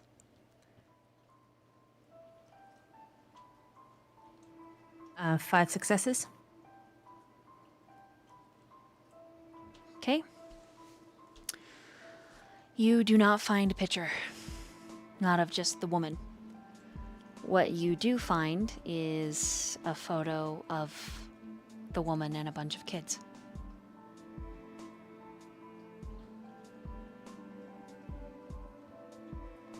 Looks like a candid. None of them are looking at the photographer. Which part of you assumes it might be Magnus? The photo looks very dated. None of the kids really look like Gamma. I think when you squint, but it's hard. Children all have the little round cherub features.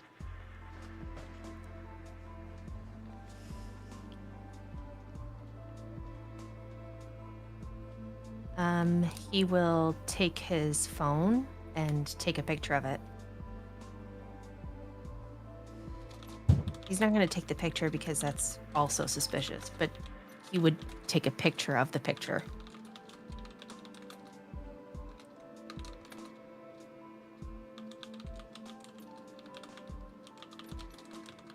Okay.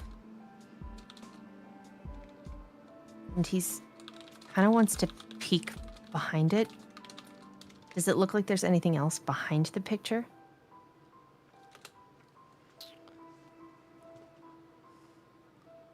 Just a date. What's the date? Date is blah. It was taken. It was okay. taken. I can give you the month.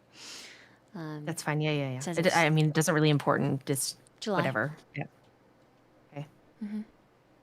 No year. Nothing else. It's all like browned out. It says July. Probably has like really tiny cursive that says summer picnic.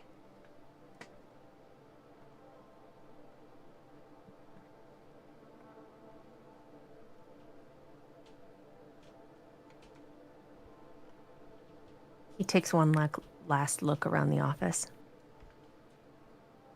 And he'll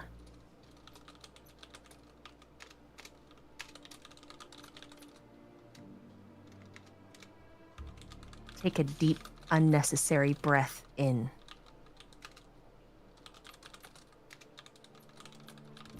Try to calm himself before he walks out the door.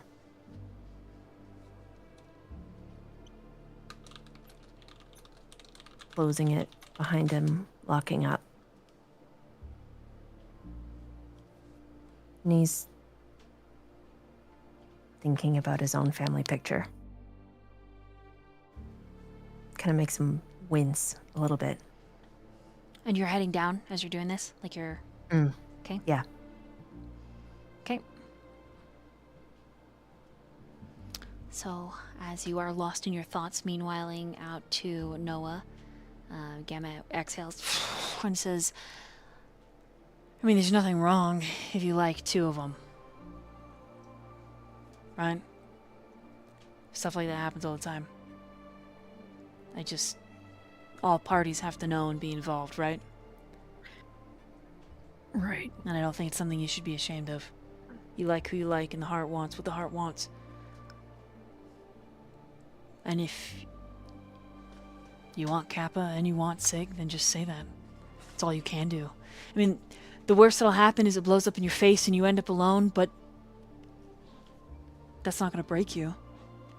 It's not the end if it doesn't work out. It'll hurt for a while, and you'll have to figure out a way to carry on. But Kind of You- shuffles. Yeah. you and I both know. Or maybe you don't know. But Sig, he's different kind of broken. Everything breaks because he chooses. And then the consequences. Sometimes the consequences people don't come back from. Right. That aside, though, and he hops off the tailgate, comes around to you, puts a hand on your shoulder. Hey, I'll look up at him. he Yeah. points at you, center of your chest. Don't be ashamed of what you feel in there. Don't you for 1 second think you're a piece of shit because you have, God forbid, enough love for multiple people. Just because someone else doesn't understand it doesn't mean it isn't your truth. Okay? He'll nod. There's a Okay. big hand that comes out the other side, and Omega touches your little curly head and guides you around to tailgate, and then he brings you in a big old dad hug without saying a word.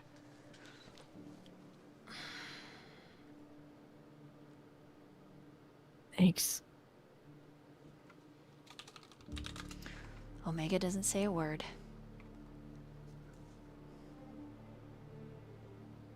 But He'll hug him back. Cause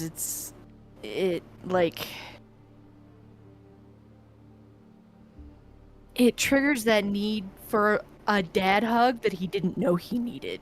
okay, and as you are thinking of your father, and Omega squeezes you a little tighter, he does a very animal thing and rubs his cheek on the top of your head, just like if you were a pup. Then he lets you go. And he pats your shoulder, gives you a little squeeze. And then Gamma bumps you in the shoulder. And he's like, Thanks. you think Ji-hoon would like my dances? I don't think he'd know what to do with your dances. That's I mean, he'd probably like them, but I think he'd like overheat and like break. Yeah, I'm gonna do it. He just is one of these days when he's least expecting it. Sounds like I said, I'm sure he'll like it and not realize that he likes it. It's alright, I'm patient. Besides, I really don't want to scare him away. And then that's when the door, like, opens and you see Jihoon sneak out. Oh, speaking of. There he is. I will say, though, you can't dance in front of him. You can't dance in front of anybody's mate. Or potential. Ever. And Omega just kind of makes this, like, tisking sound. And Gamma's like, sure I don't even remember him dancing. I'm pretty sure I know. he just came out I know. on stage. He comes out onto the stage, standing there in his leather underwear, and he made $600 last time I went. $600. He was out there for 30 seconds. $600. Anyways, Right. we don't want to. He straightens his shirt. Waves when Jihoon gets within visuals, like this little like 1-up-2 lift. Hey. Jihoon scowls. Like full on, no more privacy, no more Mr. Nice Guy kind of look. He's just like, ugh. Come on, we gotta go. Sun waits for no man or woman or non. Anyway, no one waits for no one. Where are we going? Daniels. We're gonna have All to of go. us? I believe that's the plan. Jihoon looks at Gamma and Omega. You're coming too?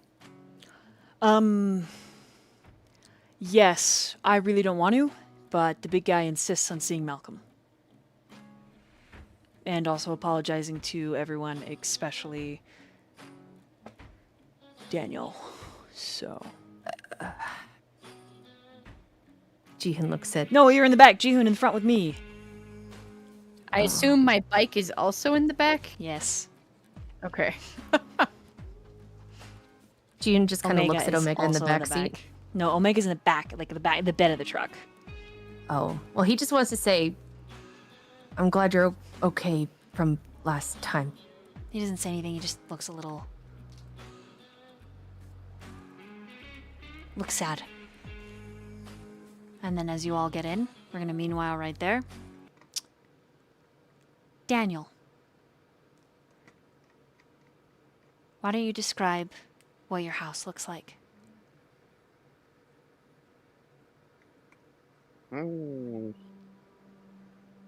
As Quinn, you, and Malcolm arrive.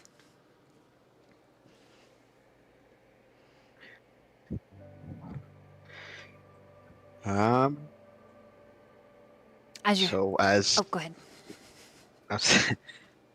as what's left of Daniel's car makes it up the 2-car driveway, everyone's eyes would settle on what would appear as a 2-story brick family home.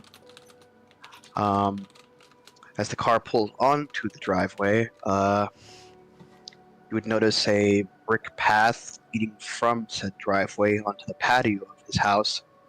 And along that brick pathway, a bunch of lights in the grass would illuminate, as well as a pair of floodlights atop of his garage. You would assume motion detection lights. And once the lights illuminate, you notice a pair of sprinklers out in the front lawn begin to just sort of begin spraying the nearby grass. I would say the vibes you get from the house, very, very homey. Very, it's almost like, it's like going to a family home, expecting a Thanksgiving dinner on the table. You feel it's like a safe space almost, for lack of a better term.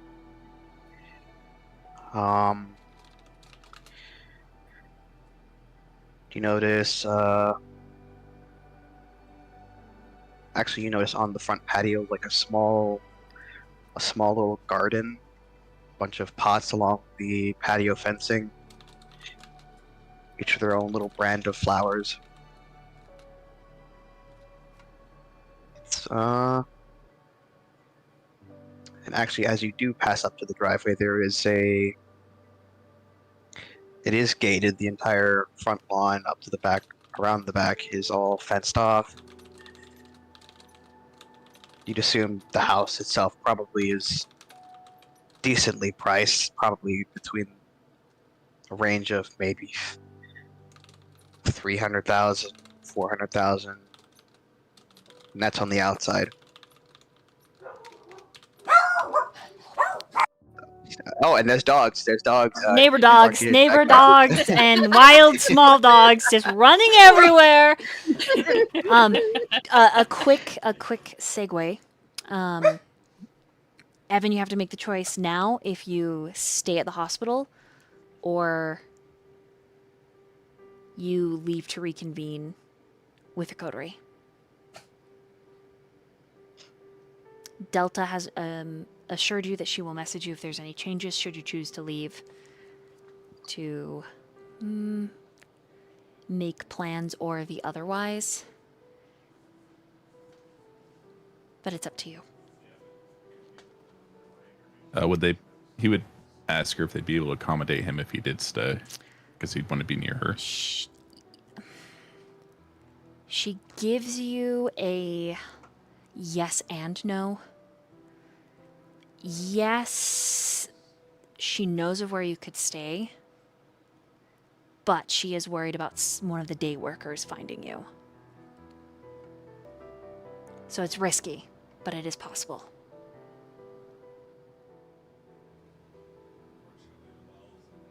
He'd ask if she could put him in the trunk of his car. That blocks the light? Yeah. Oh, I have a better idea. We can get a body bag from the morgue. They have one. Oh. Yep. And then just one of the Holden cells. I forget what they call those. Oh, the drawers? The cool drawers? Yeah. Yeah, I guess I could put you in there. I was just going to drag you around, but I guess that would be less disturbing to everyone, wouldn't it? Right. Yeah, then let's get you there. And this is after Dr. Howard came and talked to both of you. Sweet guy. Literally reminds you of a Shih Tzu, though. Just his hair is kind of long, and it's got that same sort of like texture of a Shih Tzu's that just got a haircut. Very blunt. But he's nice. He's very nice. He has a very soothing voice, a very soothing presence. And he came and assured the both of you and then went in where Kappa is, and Dell came to her senses. It was kind of like watching a flower bloom in Fast Forward, and now the problem is where to put you because you have about 45 minutes before the sun filters in through those huge glass doors. Yeah, I mean, if you just want to show me in the box and come pick me up later, that's fine. Okay, I'll do that. I will... Do you want me to hold on your phone in case anyone messages me, or... Message you? No, I don't need you. I don't need to. It's fine. No. You hold on to it. You just need to make sure to come get me. Even if you have to drag me around, if you have to leave early. I will. I won't leave this hospital without you. Okay. And then the two of you will sneak off. Roll a dexterity and stealth. That'll be 5. Okay. You manage not to get stopped. So you make your way to the morgue. She gets you into a body bag. And then onto an empty freezer drawer. And as she's like zipping you up, she stops and kisses your face. This is the craziest thing I've ever fucking done. The craziest thing so far. I suppose there could always be dragons. You see him kind of contemplate for a second, then nod in agreement with that. Yeah. Just his head in the body bag. She kisses you one more time, and she stays with you until your eyes slam shut, and like a toy without batteries, you power down. What you don't see is that she kisses your forehead again, zips up the bag, stands there with her palm on the drawer, and whispers while gripping the front of her shirt, which is Jihoon's shirt. She says, "What have I done? I can't fall in love with you."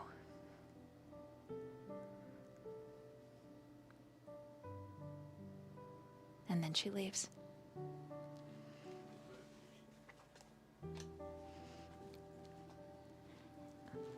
And we're going to do a quick meanwhile, slight meanwhile, but also be right back, OP.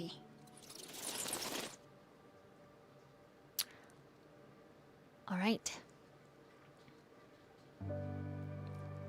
Daniel, Quinn, Malcolm, as you approach this quaint and at the same time resplendent property. Daniel, where do you park your shitbox? Oh, Inside the garage so that no one asks questions. So as the garage door is trundling down, the light is like flickering. There's just a silence that descends over the three of you. That's a little awkward.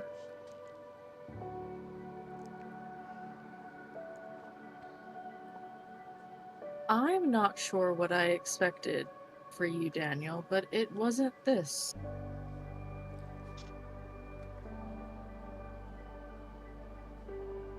It's nice. Well, once you grow to be my age,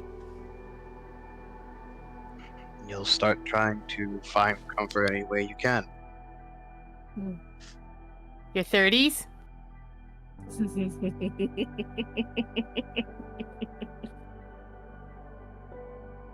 I guess. Yeah, Yeah. maybe.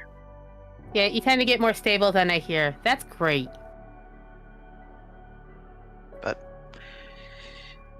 Oh, welcome to my abode. Let me show you around, I suppose. You can tell he's absolutely not used to having a lot of people traveling in his house. He opens. You see two doors in the garage. One appears to lead into the backyard. Another that he opens leads into the kitchen. The kitchen itself is actually a little bit small, but it seems to fit that homey feel. Although, as far as groceries and such go, he unfortunately has not had the opportunity to refill stock for Zeta upon her return. He needs to make a mental note to do that. But the kitchen itself, with a nice dining table in the middle, surrounded by countertop stoves. Obviously, the normal appliances you'd find in a kitchen, but there's also the overall condition and appearance of the furniture. It's definitely. You almost feel as though you kind of walked into the house of some kind of chef. It's interesting, considering Kindred typically don't have the need to cook. Well, here's the kitchen. Well, if you're looking, in case any of you get hungry, I would say Daniel's maybe smart enough to have a couple of blood bags in the fridge, because before last night, or this night, he could have sustained himself on blood bags, but now that has very quickly changed. There's a few blood bags in the refrigerator if any of you yourselves get thirsty. Thank you. This way, he walks further into the kitchen, past an entryway into what appears to be a rather large living room. A very nice sort of coffee table surrounded by a multitude of rather nice looking couches and other seats. There seems to be a bookcase in the corner next to a non-lit fireplace. There is also a TV hanging off the wall atop the fireplace. As Daniel walks into the living room, there's an overhead light, rather large dome-like overhead light that seems to turn on as he walks into the living room. You assume motion detection as well. And then he realizes something. Oh shit. He runs past the living room towards the front door. And as you watch his movements, you see he appears to run to what appears to be some kind of control panel. You assume maybe his house has some kind of alarm system in place. As you're punching And this you see number it- in, I need you to roll wits and awareness, Daniel. Okie dokie. Uh-oh. I'm actually going, since this is my home, obviously this home holds a lot of place in Daniel's heart, so if there's something here that he does not want here, he is definitely going to use heightened senses. Okay, so you trigger on heightened senses. I need you to roll with an extra dice, and I need Quinn and Malcolm to also roll. Let me make a browse check. Is it wits and awareness? Yep. Okay. Browse check successful, so just an extra die, or do I add my aspects? Ugh. Just the extra die. Interesting. Okay, It's so... an 8 for Malcolm. A 1 for Quinn. Oh, Quinn. Quinn is a little overwhelmed. There's a That's lot fair. going on. Okay. 5 successes and a critical for 9. Okay, so with the one, Uh-huh. all you notice is that Malcolm's noticing something, and then you notice that Daniel's noticing something, and Daniel, your alarm system did not go off. How is that possible? If there was something inside of your house, your alarm system would have gone off. Unless They know the passcode. Then there are very few people who know the passcode. a scent hits Malcolm and Daniel's nose that makes your eyes dilate and your nostrils flare. Blood. A lot of it. Permeating from the staircase that lead up to the majority of the bedrooms.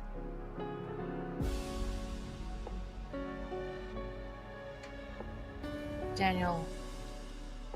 Daniel does not respond. He is bulldozing up the stairs. Yeah, Malcolm will follow. Okay, Quinn, with the one, you notice that they're doing something, but Oh. you're not sure what's happening. She'll cautiously follow behind.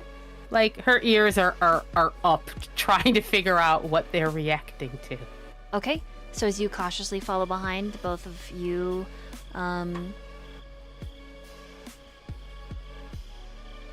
the upstairs bathroom. As you come to open the bathroom door, you see Zeta.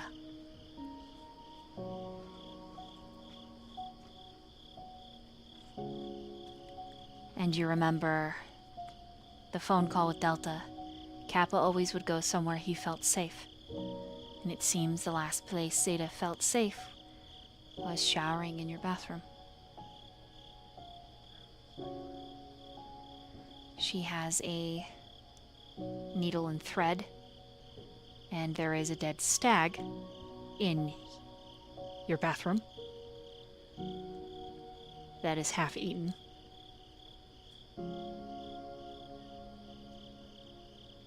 And she looks at all of you. And then her eyes scrunch down and she stands. And the needle that she's working across her abs. And as she stands, she's shirtless. This is the first time you see those nasty markings. She growls. And there is no recognition on her face.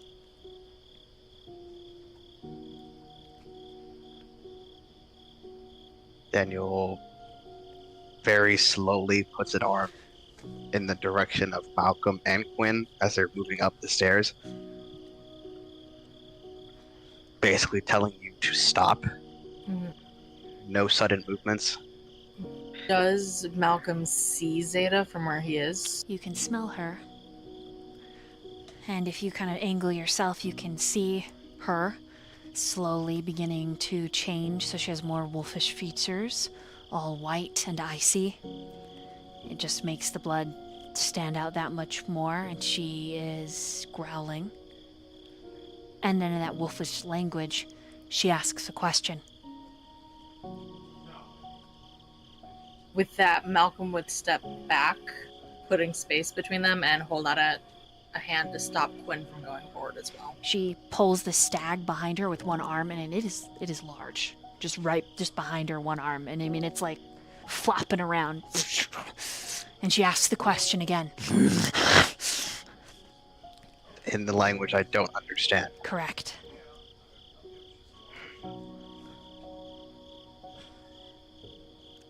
You really don't remember me right now, do you? She blinks. Looking from you to beyond you to you. And then she steps kind of out of the bathroom, but she's posed to bolt. Steps out of the tub.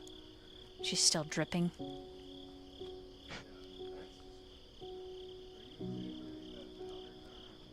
I want you to think for a second. Whose home is this? Whose home does this remind you of that you felt safe enough to come here? She squints at you.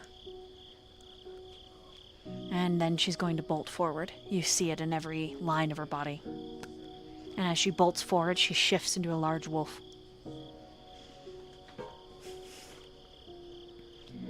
Daniel will put his body in her way, but he will not try to grab her because she may take that as an act of aggression. Okay?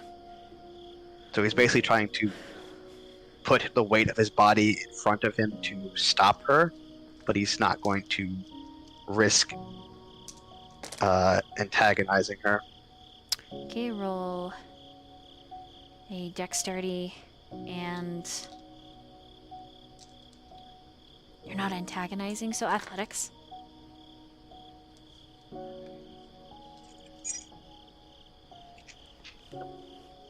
I'm going to blood surge if that is okay. Yep. He's trying to, because it's two-way with that. Obviously trying to boost my dice pool, but his scent to Zeta would be unmistakable.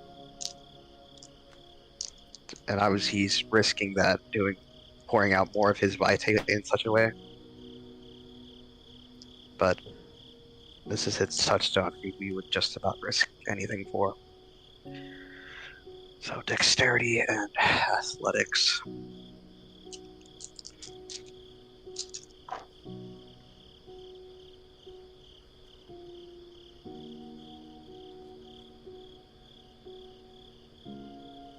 Let me see, so... that is 1 critical for a total of 10 successes. Okay.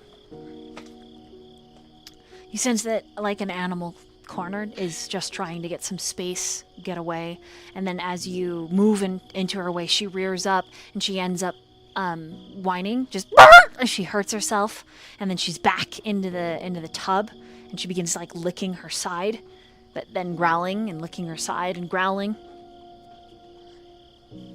Daniel will turn back to Malcolm and Quinn. Stay downstairs. The minute your back is turned, she makes a break for it. I'm not.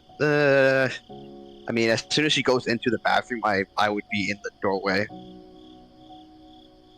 I would, because I'm doing my best to try to calm her down, but he also Okay. knows that if there's too many people in So here, she still tries it again and ends up hurting herself again. She has all the makings of a very panicked, cornered wolf. yeah, but I guess he would not look knowing that how evasive she is. He would just simply say to Malcolm, "You two stay downstairs. Don't come up unless I say it's safe. If anyone else comes by in the meantime, tell them to stay downstairs." At this point, Quinn is next to Malcolm, and I'm going to use this word, but it isn't a vampire. You sense a kindred soul. Someone else that belongs in the wilds. Now you can feel their fear. And if you can speak in feral whispers, you think you might be able to speak to them. As you hear the dog, wolf, growl. You can hear it whimper. Okay. She doesn't have feral whispers, okay. but she does have animal ken. You could try something like that. You could do some rolling, but that's for Quinn. She feels a connection. But Daniel's said to go back downstairs, and Malcolm, you know without a doubt that it's got to be Zeta. Knowing that it's Zeta, Malcolm nods to Daniel and turns to Quinn. Let's go back downstairs. If Daniel needs us, he'll call us. Whoever that is, they're very scared. They're Very scared. They've been through a lot tonight. Okay. Right, and she just, I think she'll follow Malcolm, but she's kind of on high alert. Okay. Oh, damn. Once they head back downstairs, Daniel will step into the bathroom, but he will not immediately close the distance between them out of fear that she may react like a cornered predator. He will not shut the bathroom door just to help give her that sense of ease that if she really wants to leave, she could if she wanted to. Okay. Go ahead and roll. You're gonna roll the equivalent of animal handling.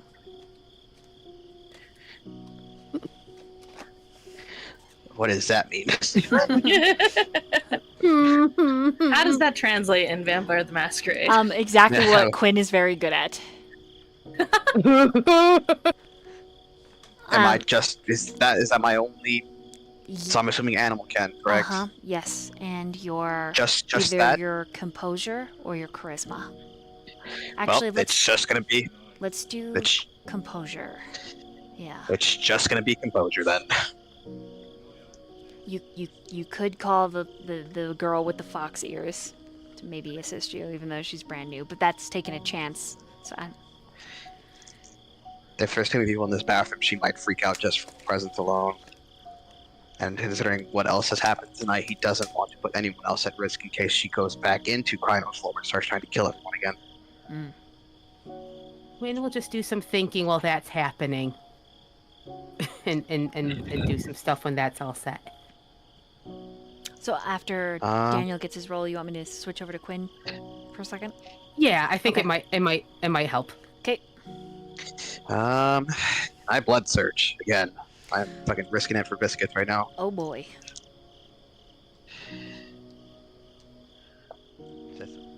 Okay. That's actually wow. That's actually pretty good. Okay. That is 5 successes. It's just composure. Okay, and you're just keeping yourself in the doorway, not in the bathroom, but in the doorway. Mm-hmm. Okay. He's not like he's looking at her, but not staring at her because, Oh yeah. like a wild animal, you Yeah. stare at them. Her and ruff, pursue her a ruff challenge. is unsettled. Her ears are back. She's not growling, but her tail's tucked. Oh yeah, body language is terrified and ready to rip your face off. But you don't push her over any edges. Quinn? This is kind of two-part.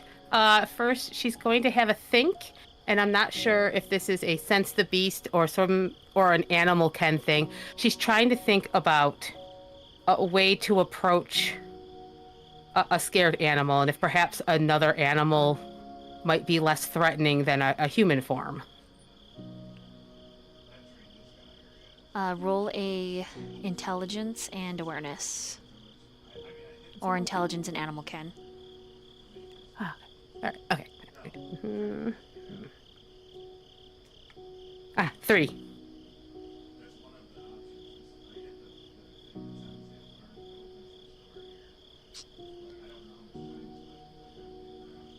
So it's different. It's different fold, right? Yeah. Looking like a person, usually it's best to just kind of make yourself a part of the environment. Mm-hmm. No big actions. If you're relaxed and composed, they'll slowly get relaxed and composed. Just kind of hang out. Don't move around. So usually staying still, crouching, sitting, something. And then it takes time, hours even, sometimes, to have them get close to you. Obviously food, though she does have plenty, so she might have a little bit of aggression if anybody got close to that. And then there's always, if you looked like a pack mate and you showed signs of submission, if she recognized you, maybe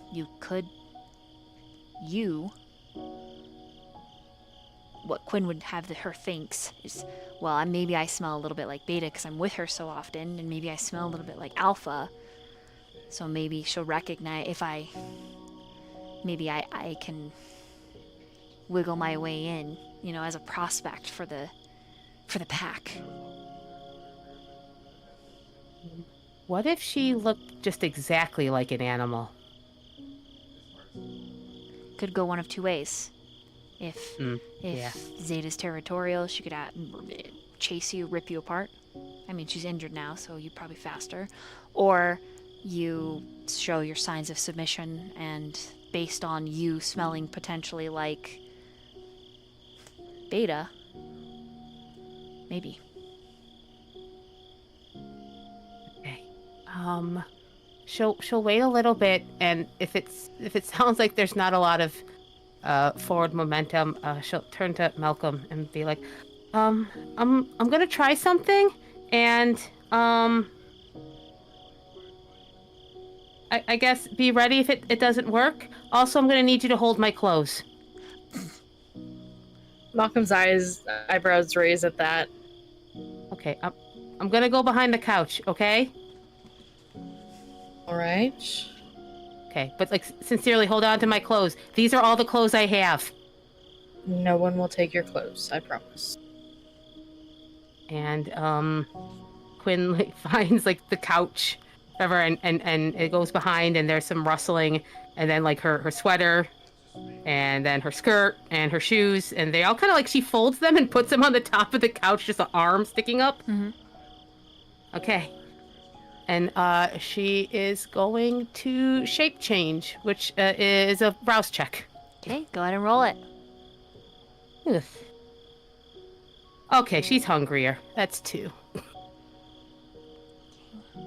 As you drop down onto all 4 paws, you are a much smaller fox.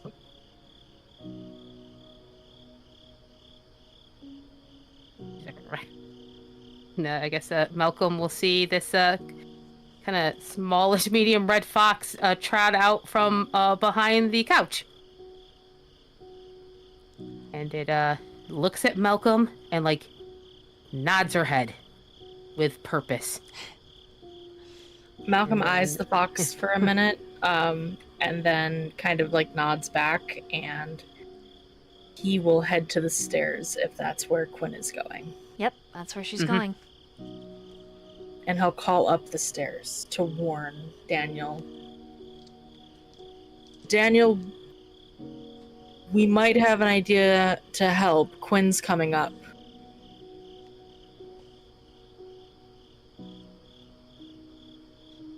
And she'll slowly, like she's starting to pad up as Malcolm is talking. Yeah, it's very cute. It is a medium-sized fox, but compared to Zeta, it's Oh, yeah. tiny. It's Pomeranian-sized, really. Like when you look between the two. But Zeta hasn't. If you haven't moved at all, Daniel, you just remained still. She has gone back to cleaning her wounds. I would have probably sat down in the doorway by that point. Okay. I think the minute you lowered yourself, her ears are still not relaxed, tail is still tucked, and she keeps watching you. But she goes back to cleaning. Did she just use just a needle and thread? I'm assuming there's a first aid kit in the bathroom. Daniel. Yeah, the sink is exploded with a lot of your medical supplies. You see that there's like some pain medication, morphine shit, needles. It looks like she stabbed herself a couple times. Jesus Christ. You see that there's like teeth and bullets in the sink. Yeah. Daniel will very slowly. He will reach up into the sink. The minute you move, It's very slow, so that way she sees what he's doing. Oh yeah, watches you the whole time. Yeah, he grabs what looks like probably an adhesive bandage wrap. Something completely non-threatening. Then he looks down at his still skeletalized hand. Then he proceeds to start mimicking her in a sense, though obviously the bandage does nothing for him. Just kind of wrapping it like he's taking care of a wound of his own. Okay. All right. And then Quinn makes an appearance in the doorway. What do you do? Daniel kind of... Well, I guess what do you both do? I would like to know what Quinn tries to do first, because Daniel knows they're there, but he doesn't want to look away from Zeta because she may try to bolt. Gotcha. Quinn is still, as soon as she enters the door, and then she does what she has probably seen Alpha do with Magnus multiple times, which is just like that submissive pose. Like as soon as she's in there, Composure it's very and animal ken. Yeah. With a +1 circumstance bonus. Oh, fantastic. Yes, okay.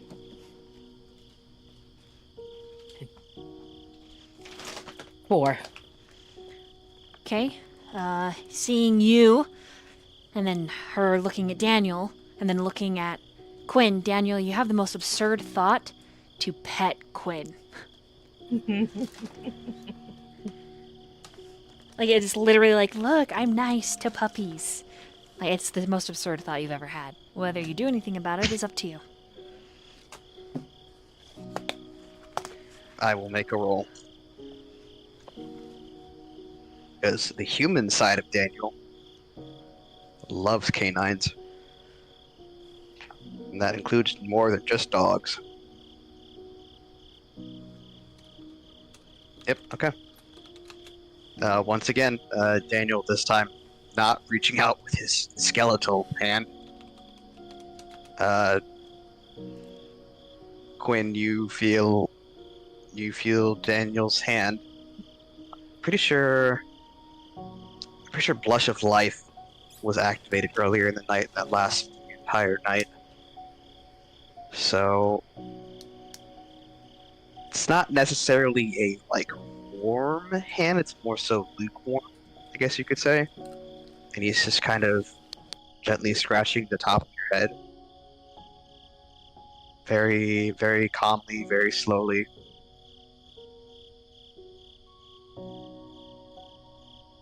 At this point, he just has a very somber look. And he will, for a moment, take his eyes off of Zeta to try to help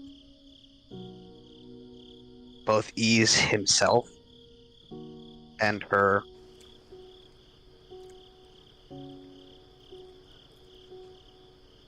Okay, she makes a whimpering sound and lays flat.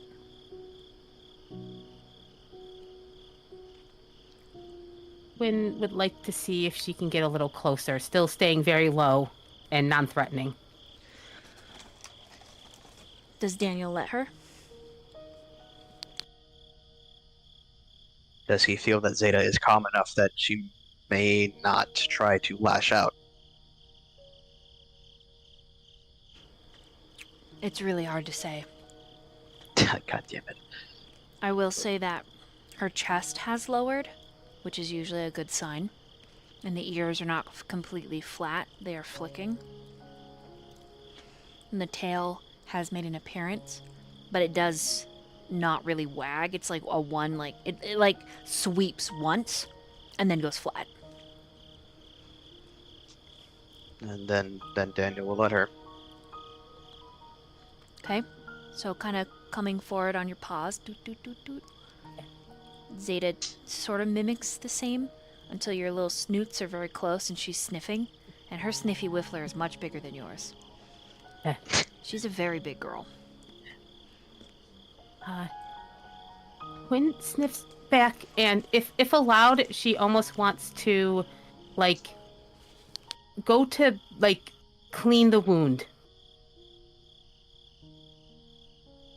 Like, kind of sniff it and kind of, like, see if she can, like a pack mate. Okay, you'll need to roll composure and animal kin. But you have +2 bonus because Daniel is remaining calm. And because you do this pose with Magnus. 4 again. Okay. She does not let you clean the wound. She does arf at you when you try to get close. But then immediately that's over and she sits up. And she licks the stomach wound. Then she straightens, and that mighty jaw turns and just rips off a huge piece of venison, and she drops it in front of you, and then nuzzles it forward, and her whole white muzzle is all red. Wynn, with her eat food merit, we'll chew on it. It is Yeah. so good. And wild. It's so good and wild. It's just like her mouth, like, not quite like, but like actively trying to like wag her tail in a positive manner. Okay. So between the two of you, Zeta goes back to just cleaning the wound as a wolf. And then eventually she curls up on the bath mat, which is completely soaked in blood, either hers or the stag's, and lays down.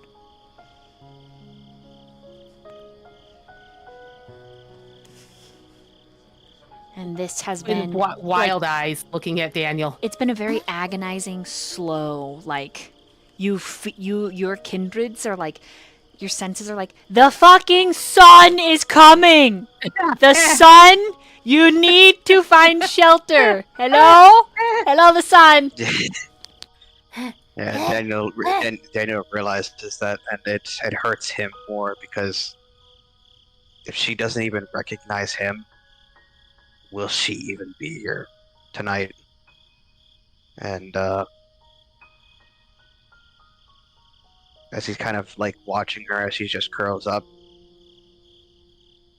on the mat, he wants to reach out and touch her, but he can't. He knows he can't. You could try.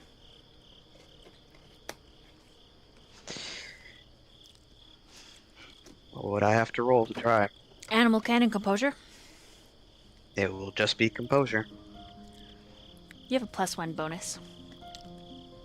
Okie dokie. Because at this point, the tears start to roll, and even though he's remained composed the entire time, it has taken a very strong toll. While this is happening, Malcolm, roll a wits and awareness, please. Sure. What is my? Okay, yeah, 7. 1, 2, 3, 4.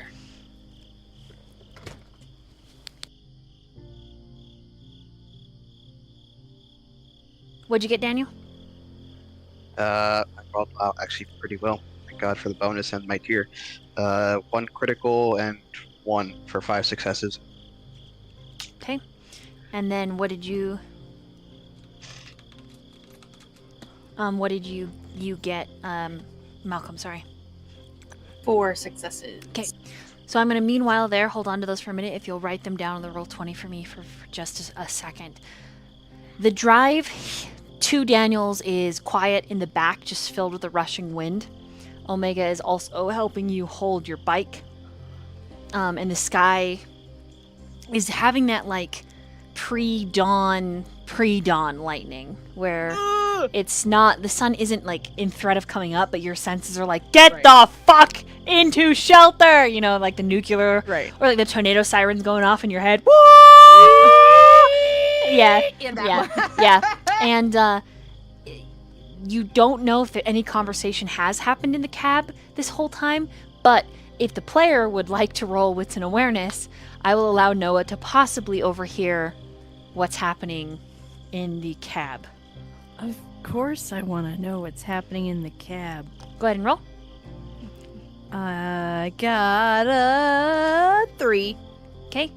So there's like a little sliding window on this really shit old pickup, and it's slightly ajar, and you reach up pretty stealthily over your shoulder while like still facing away, and just sort of spider your fingers and pull it open a little bit more so that you can hear the voices. And at that very moment, Jihoon, Gamma says, I know you're hungry. And I would like to feed you. I know I'm driving, but I think you should eat now. I'm sorry, what? I think you should bite me.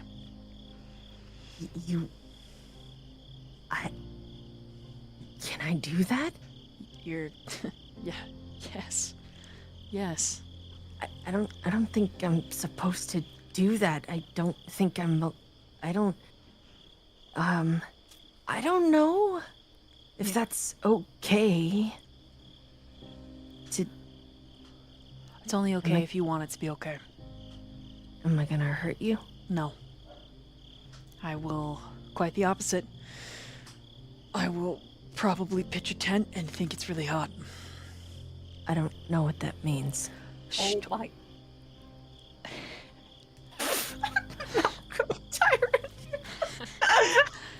He, Gamma, his ears turn a little pink.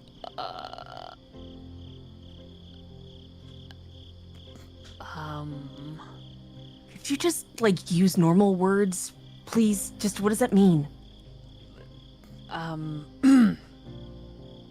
It means I'll like it a lot. Okay, just fucking spit it out. What the fuck is pitch a tent? Are you, what are we? I don't think it's gonna block the sun. Don't you... Gamma, I don't think that... Don't you... You know what you do? No, I clearly don't understand. Can you just, like... Can you just fucking tell me for He once? stops at a stop beating sign. around the bush? And their voices get louder, Noah, and you're like... I like am like trying to like seem like I'm not listening. I'm like, oh, ugh. What you naturally do when you go to bed. You know? Die? I guess?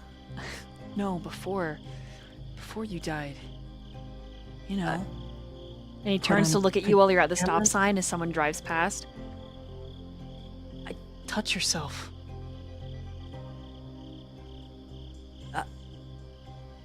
What? And then as he like looks at your face, he swears and then pulls away from the stop sign. Shit. He taps his thumb on the steering wheel. I shouldn't have said that. I didn't realize.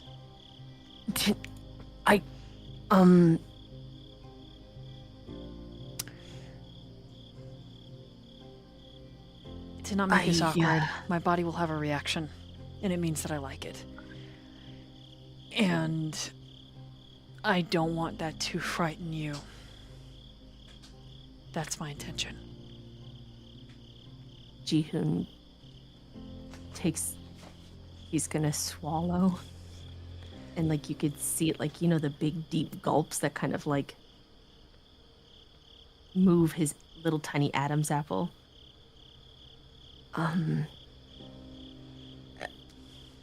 As long as it doesn't bother you, I guess. I'm giving you permission.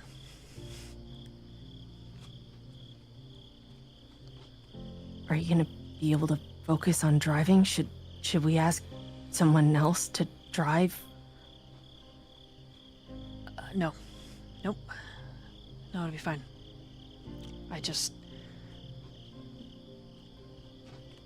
I need... Yeah, just let me get on the open road here. He hits blinker. I think this road will take us the majority of the way, so you've got 5 minutes, maybe, or less. And he puts out his arm off the gear shift.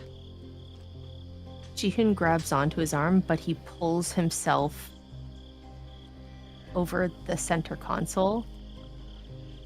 Says, I think I saw this in a movie once, so just hold on, I guess. And he's going to bite the spot from his neck to his shoulder, that little soft spot. That's where he's going to bite. Oh, jeez. He doesn't even think about his arm. He's like, I don't know what that's for. He thought it was like, oh, he's helping me over.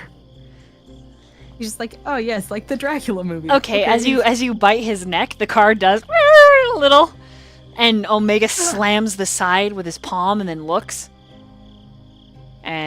away.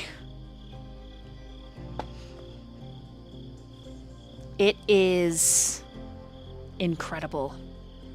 I need you to roll resist frenzy. Oh shit. Oh, good.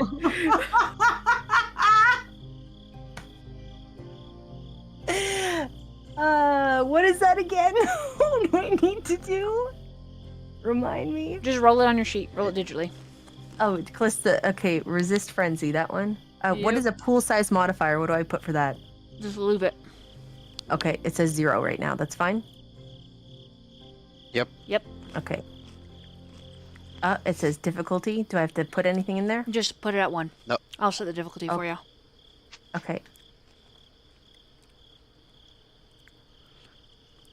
You got a 4? 4, yeah. Okay. It is... You immediately blush of life, and you experience your first tent. You cannot describe the warm coiling at the base of your spine, and then the tightness and the tucking feeling as your thighs clench and you groan. And Gamma also grunts. He's trying really hard to keep it together. And how many dots of hunger do you remove? 1 or 2? I think he's gonna have trouble releasing. Sorry, in more than one way. No, I think he's just gonna, like, until he gets told to stop. Okay. So you don't frenzy, but Gamma does pull your hair back. Like, he's like, June! And he has to pull you off. And he's like, bleeds everywhere on you. And then he, like, brings your face to his chest, and he's just breathing really, really, really, really hard. And he's actually sweating, and you can see his jeans, because he's holding you against his chest for a second as he's striding one-handed. You can see the shadow of a certain length. Don't say anything. Sorry. Don't say anything. Holy fuck. Holy fuck. And then he lets it go. Sorry, I didn't mean to pull your hair. And then, like, there's a little, he's bleeding a little bit more. Can you... Jihoon's gonna lick his wound. Like this? Yeah. Yes, like that. And then he gets to another stop sign and hits the blinker and then turns down this road that it's really close to Daniel's place. Oh, fuck. Jihoon licks it, and then he's going to kiss the wound. Yeah, you just make him hiss. And you see his goose, the neck goose flesh, and the hairs stand up on edge, and he bites his lip, and then you see his tongue, like, lick across the bottom lip, and he groans, and it's all ecstasy. I think I know what you mean when you said He's just nodding. He's just nodding. Mm-hmm.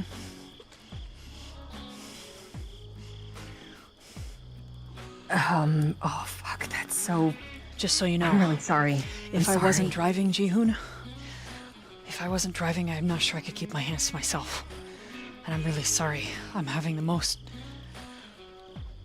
Oh, I'm having the thoughts. And he's tapping the steering wheel and he's driving. I don't He's driving. think I'd want you to keep them to yourself. Don't say that. Don't encourage it. Don't encourage it. I don't know what this feeling is, but that wasn't... It's your kindred feeding. It's called a kiss. I've seen it happen before. I've talked about it with other... That just... No, I don't... He glances over. Looks down. He's still pitching a 10. Looks at you. Oh. I'm sorry. No, I'm sorry. I think I don't know how... I think that's Daniel's, though. What? What? There, What? Daniel's house. I think that's where we're supposed to go. How do I get this to go away? Omega, like, slaps the side because Gamma's not slowing down. And then Gamma slows down. And he's like, just, Think about your Oma and Jimin. And Can't... and then he, like, looks back and Noah's head's like ducks, you know? And he's like, I'll show you. And he kind of does this little arch and he rearranges himself and is like, can't even tell. See? Shuts the car off, puts it in park. And then you see Malcolm through the window, like looking as he rolled high enough to hear the old shitty truck. This is really uncomfortable and I don't like it. Before he gets out, he leans across the center console and like pulls the front of your shirt close, so he's whispering in your ear. And he just drops a kiss. I thought you said you were trying to get rid of it. That's not helping. sorry.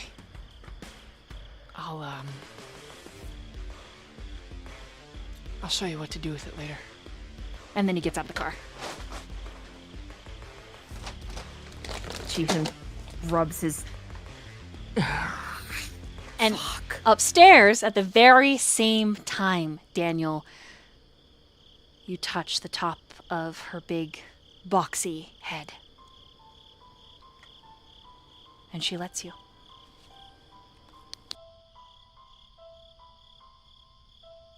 Omega outside.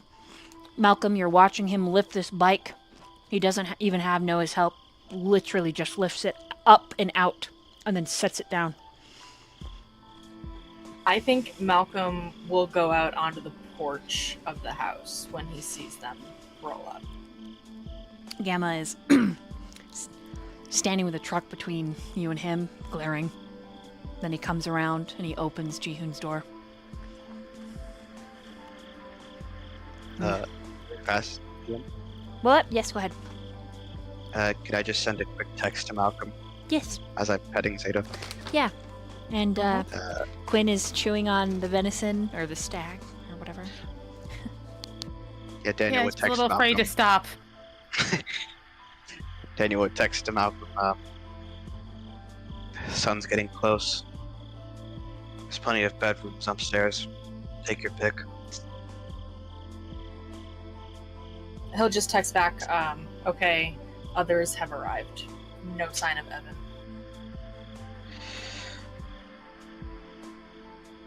Let's hope Cap is okay.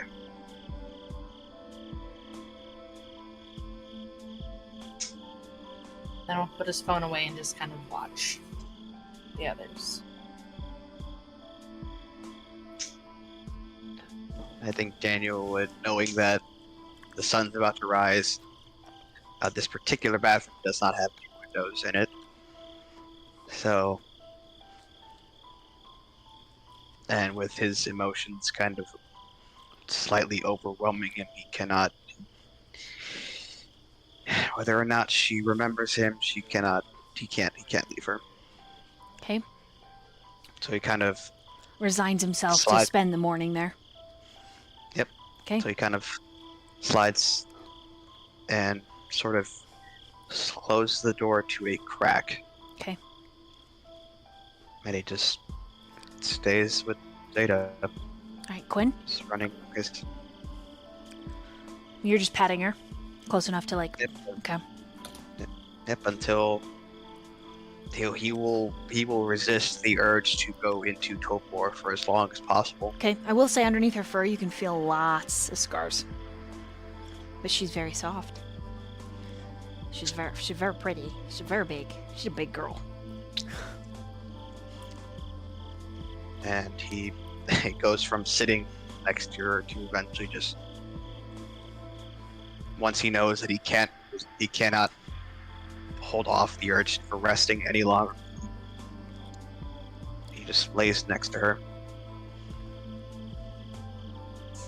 almost in like a protective posture.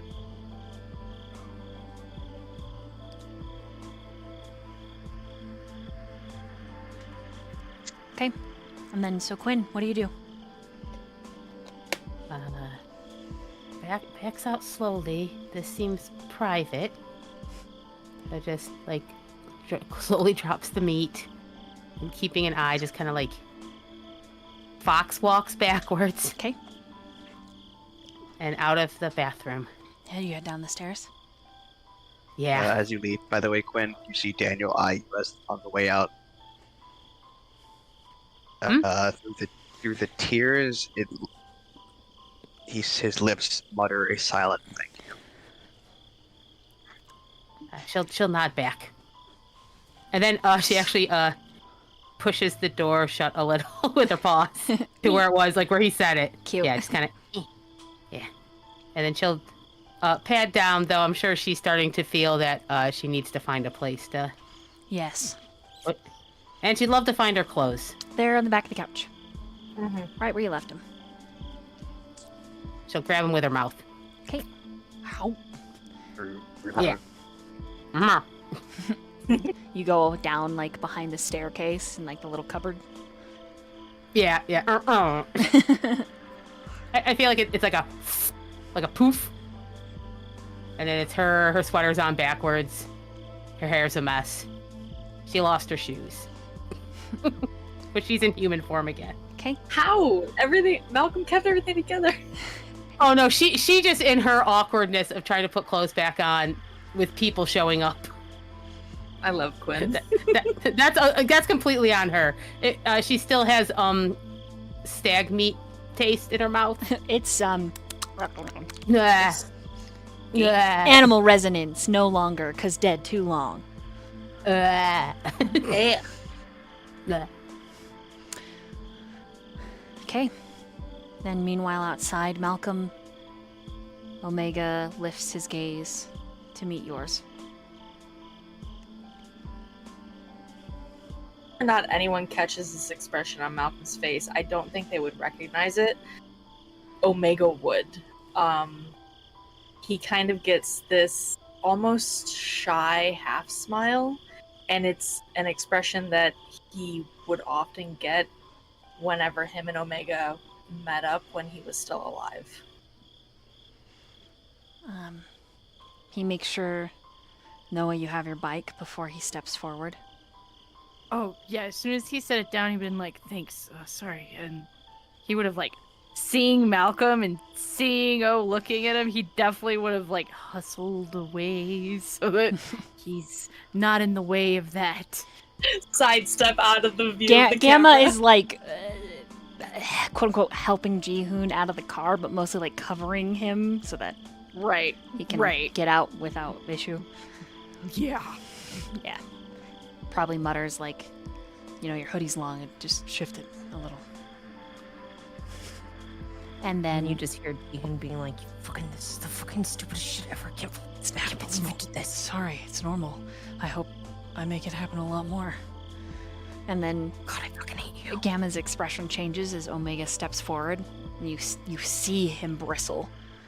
Then Omega takes another step forward, and then his thighs eat up the distance between you and him, Malcolm, and he is pulling you flush against him.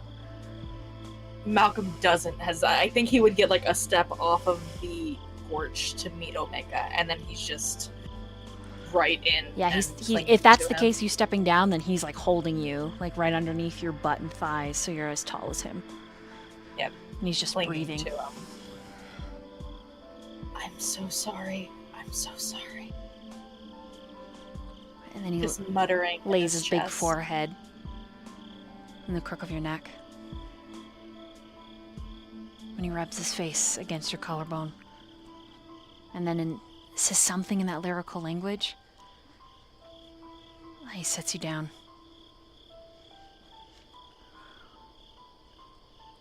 And then, then he's gonna get yeah. to his knees. I am sorry. And then he bows, forehead to the ground. And Gamma is like, fucking don't bow to that. Don't bow to that. But he has to turn around, he's biting his knuckle. Malcolm reaches down and kind of like runs his fingers through Omega's hair.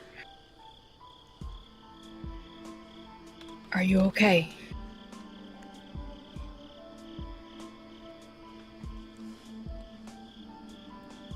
I'm sorry.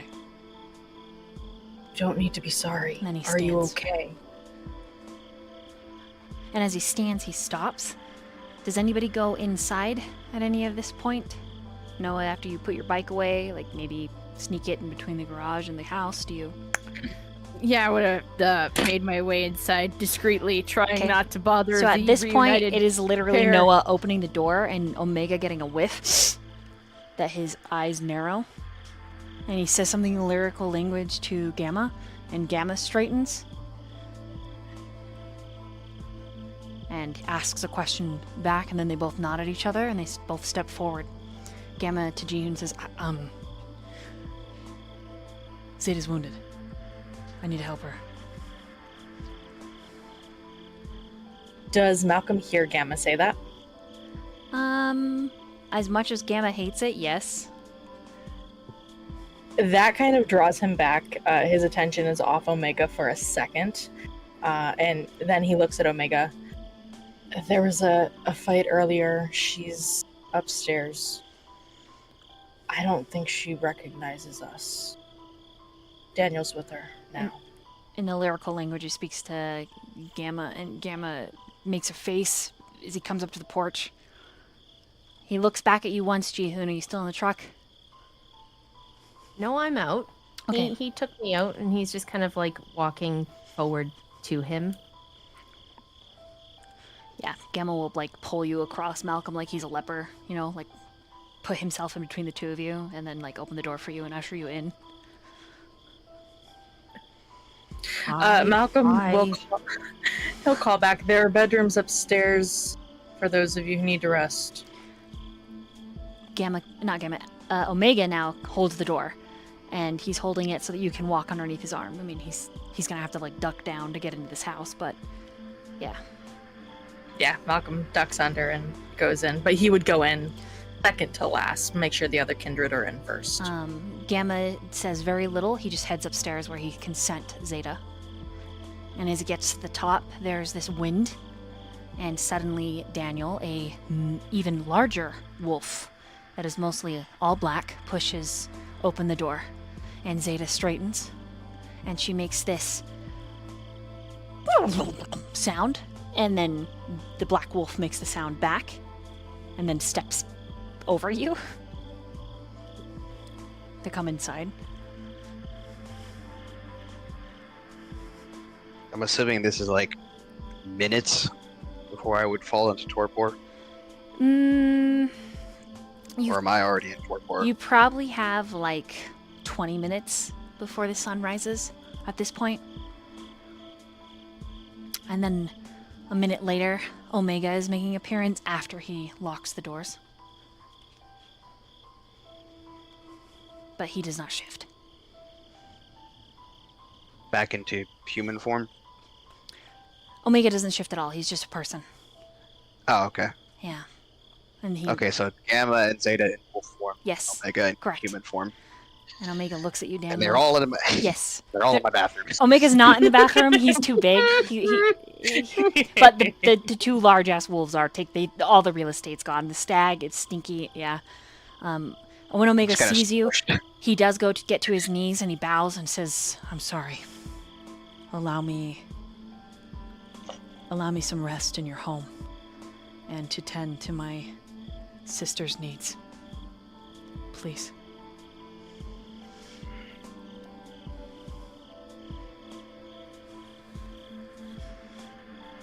Don't treat me like some kind of master or something. This Go is your ahead. dwelling. This is your territory. These are our ways.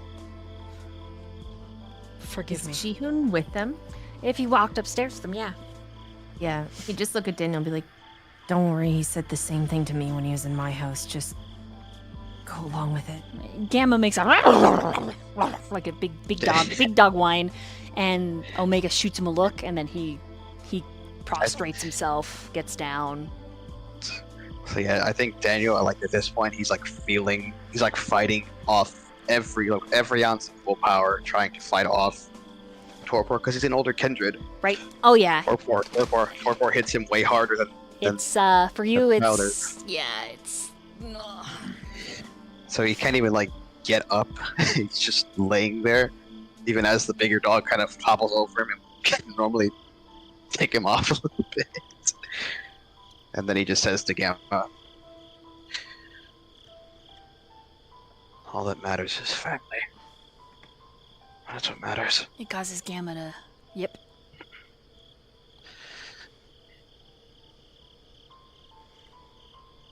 The family of Zeta is a family of mine. Gamma licks your face, and your It is- eyes slam shut as Torpor claims you. No, and I'm pretty sure Torpor reverts the kindred back to a death-like state Mm-hmm. in comparison to, like, for a childer, if they were dead for a year, they look like a corpse. For Correct. Daniel, it's Jihoon, you watch kind of in terror as Torpor hits, and Daniel looks like a dead body. Only what you witness after that is Zeta sit up, and then you watch her get forward, and she nuzzles his hand, and she whimpers, and she nuzzles his hand, and then she flicks the hand up onto her face, and it flops, and then you watch as she puts her head on his lap. Then He just kind of says out, and he's not really dead, just kind of looks dead. I don't. Fuck, that's ugly. Omega raises a hand as he gets up into like just a normal kneeling position, and he makes a small whistle, and Zeta looks at him, and he just holds out his big paw. Like this man is so large and so gentle, it's crazy to you. The fists are built for strength and violence, but the way he holds his palm out to Zeta is more gentle than the kiss of a butterfly's wing. And when she smells him and then leans forward and he gently caresses her cheek, he calls her, he says, "Oh, my little Luna, my little sister."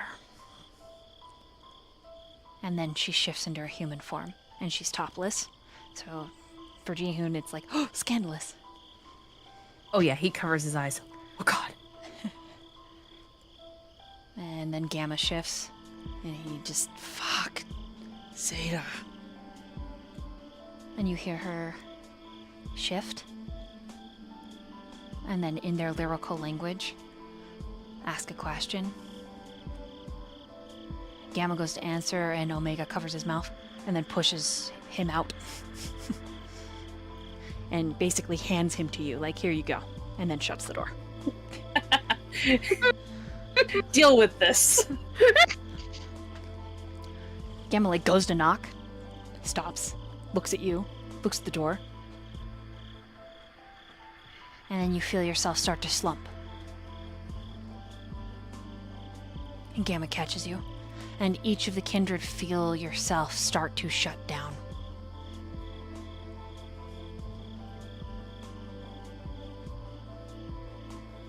The last thing any of you really remember are strong and gentle hands carrying you to places of rest. That lyrical language of the wolves. And some of you surrounded in the sense of what you are bound to. And we're going to end there for tonight.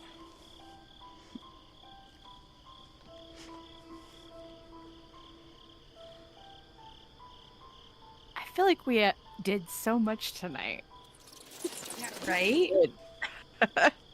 We finishing Ew, up the that's night, ugly. we did a lot of things. That was good. Good job, everyone. Quinn spent Zoe, most of it at the thank hospital. you. It's only this last couple hours that it got weird. We It was a pretty boring night up until. Up until you went home. And then you're like, good God, what have I done? Who are these What have I- fucking idiots? What Oh is no, I have no this? apartment. There's a bunch of weirdos. I just ate stag meat. Oh my God. Help us all. Sorry for the puke